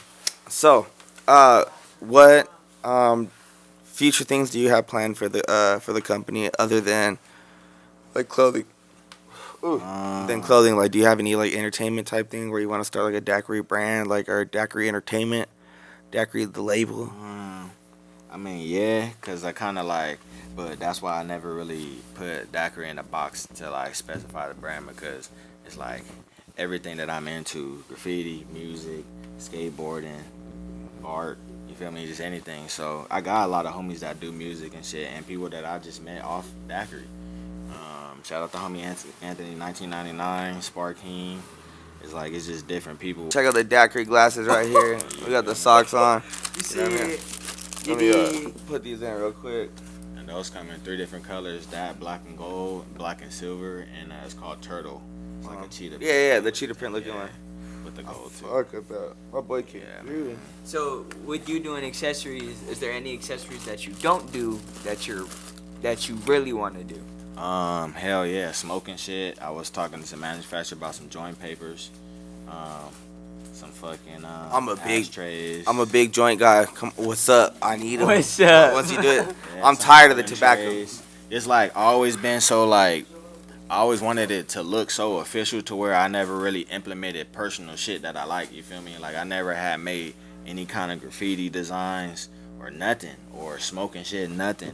But now it's at that point where it's like, it'd be better if I did all that shit Yeah. now, because I smoke, and there's hella smokers, there's openly smokers, you know what I mean? So it's like that kind of shit would be more useful. So like my smiley logo, pretty much like that. I want to get like in the shape of some ashtrays and shit. And then I want to do the ashtrays in different shapes, not just regular ashtray. So really just trying to get creative with different shit to where it's what's it called, functional. You feel me? Like you could use it, but it's still an object. You know what I mean? Regular ass everyday object, but functional. So that kind of shit. That's the kind of shit I'm trying to get into. It's dumb. That's super dope. Well, dude, I think we fucking gone pretty fucking far. Yeah, hell yeah. Dude, I really appreciate you coming. I really appreciate you, just making the drive. I know it's a drive, like you said, you like it, but No problem. I know through Temecula it gets crazy too. So That's where it got bad, bro. It took me like hours. It took me to some little side back road and shit. But bro, so many people to where it didn't even feel long. Like Yeah. it felt On the way back, fucking it's quick. gonna be yeah. On the way back, you're straight. Yeah, you're good. Yeah, it's gonna be Gucci. So yeah, I'm already knowing that and shit. Mhm. So yeah, man, For sure. I appreciate it, bro. It's more about the networking. I mean, it's like, what no better thing to do with link with somebody else in California. You Yeah. feel me? Not daygo, and just do some shit, man. Like, Yeah. this is what Well, that I fuck with daygo like a lot. Like all like my best friends are really from there. Like the people that I actually work with, that I'm really like work with, like 5 days out of the week, 6 days out of the week, I'm spending 10 to 12 hours with them. They're in the daygo, so it's like they're cool people. It's always solid, and you're super solid, dude. I'd love to have you like back on the show too. So Likewise, thank you so much for coming. No problem. It's Last Name Luque here with the Finger Popping Podcast, supporting the Inland Empire one episode at a time. Today we had the owner of Daiquiri. Go ahead and tap in. We'll have all the links in the bio. Please like, comment, and subscribe. Tap into No Pressure Records Network. Like, comment, and subscribe on their shit too. We'll have his Instagram and everything, like I said, in the bio. This is Who Is JCat. Go ahead and spit your shit real quick. Yeah, you know what I'm saying? Instagram, Who Is JCat. Go ahead and follow me up. Thrifty Finder music video out now. Go ahead, make sure you go check that out. But most importantly, make sure you go tap in with Daiquiri. Get all your flyest shit, flyest fits right now. If you're not wearing it, then you know you're not fresh 100%. Hey, Come on. You said it, not me. All right, we out here.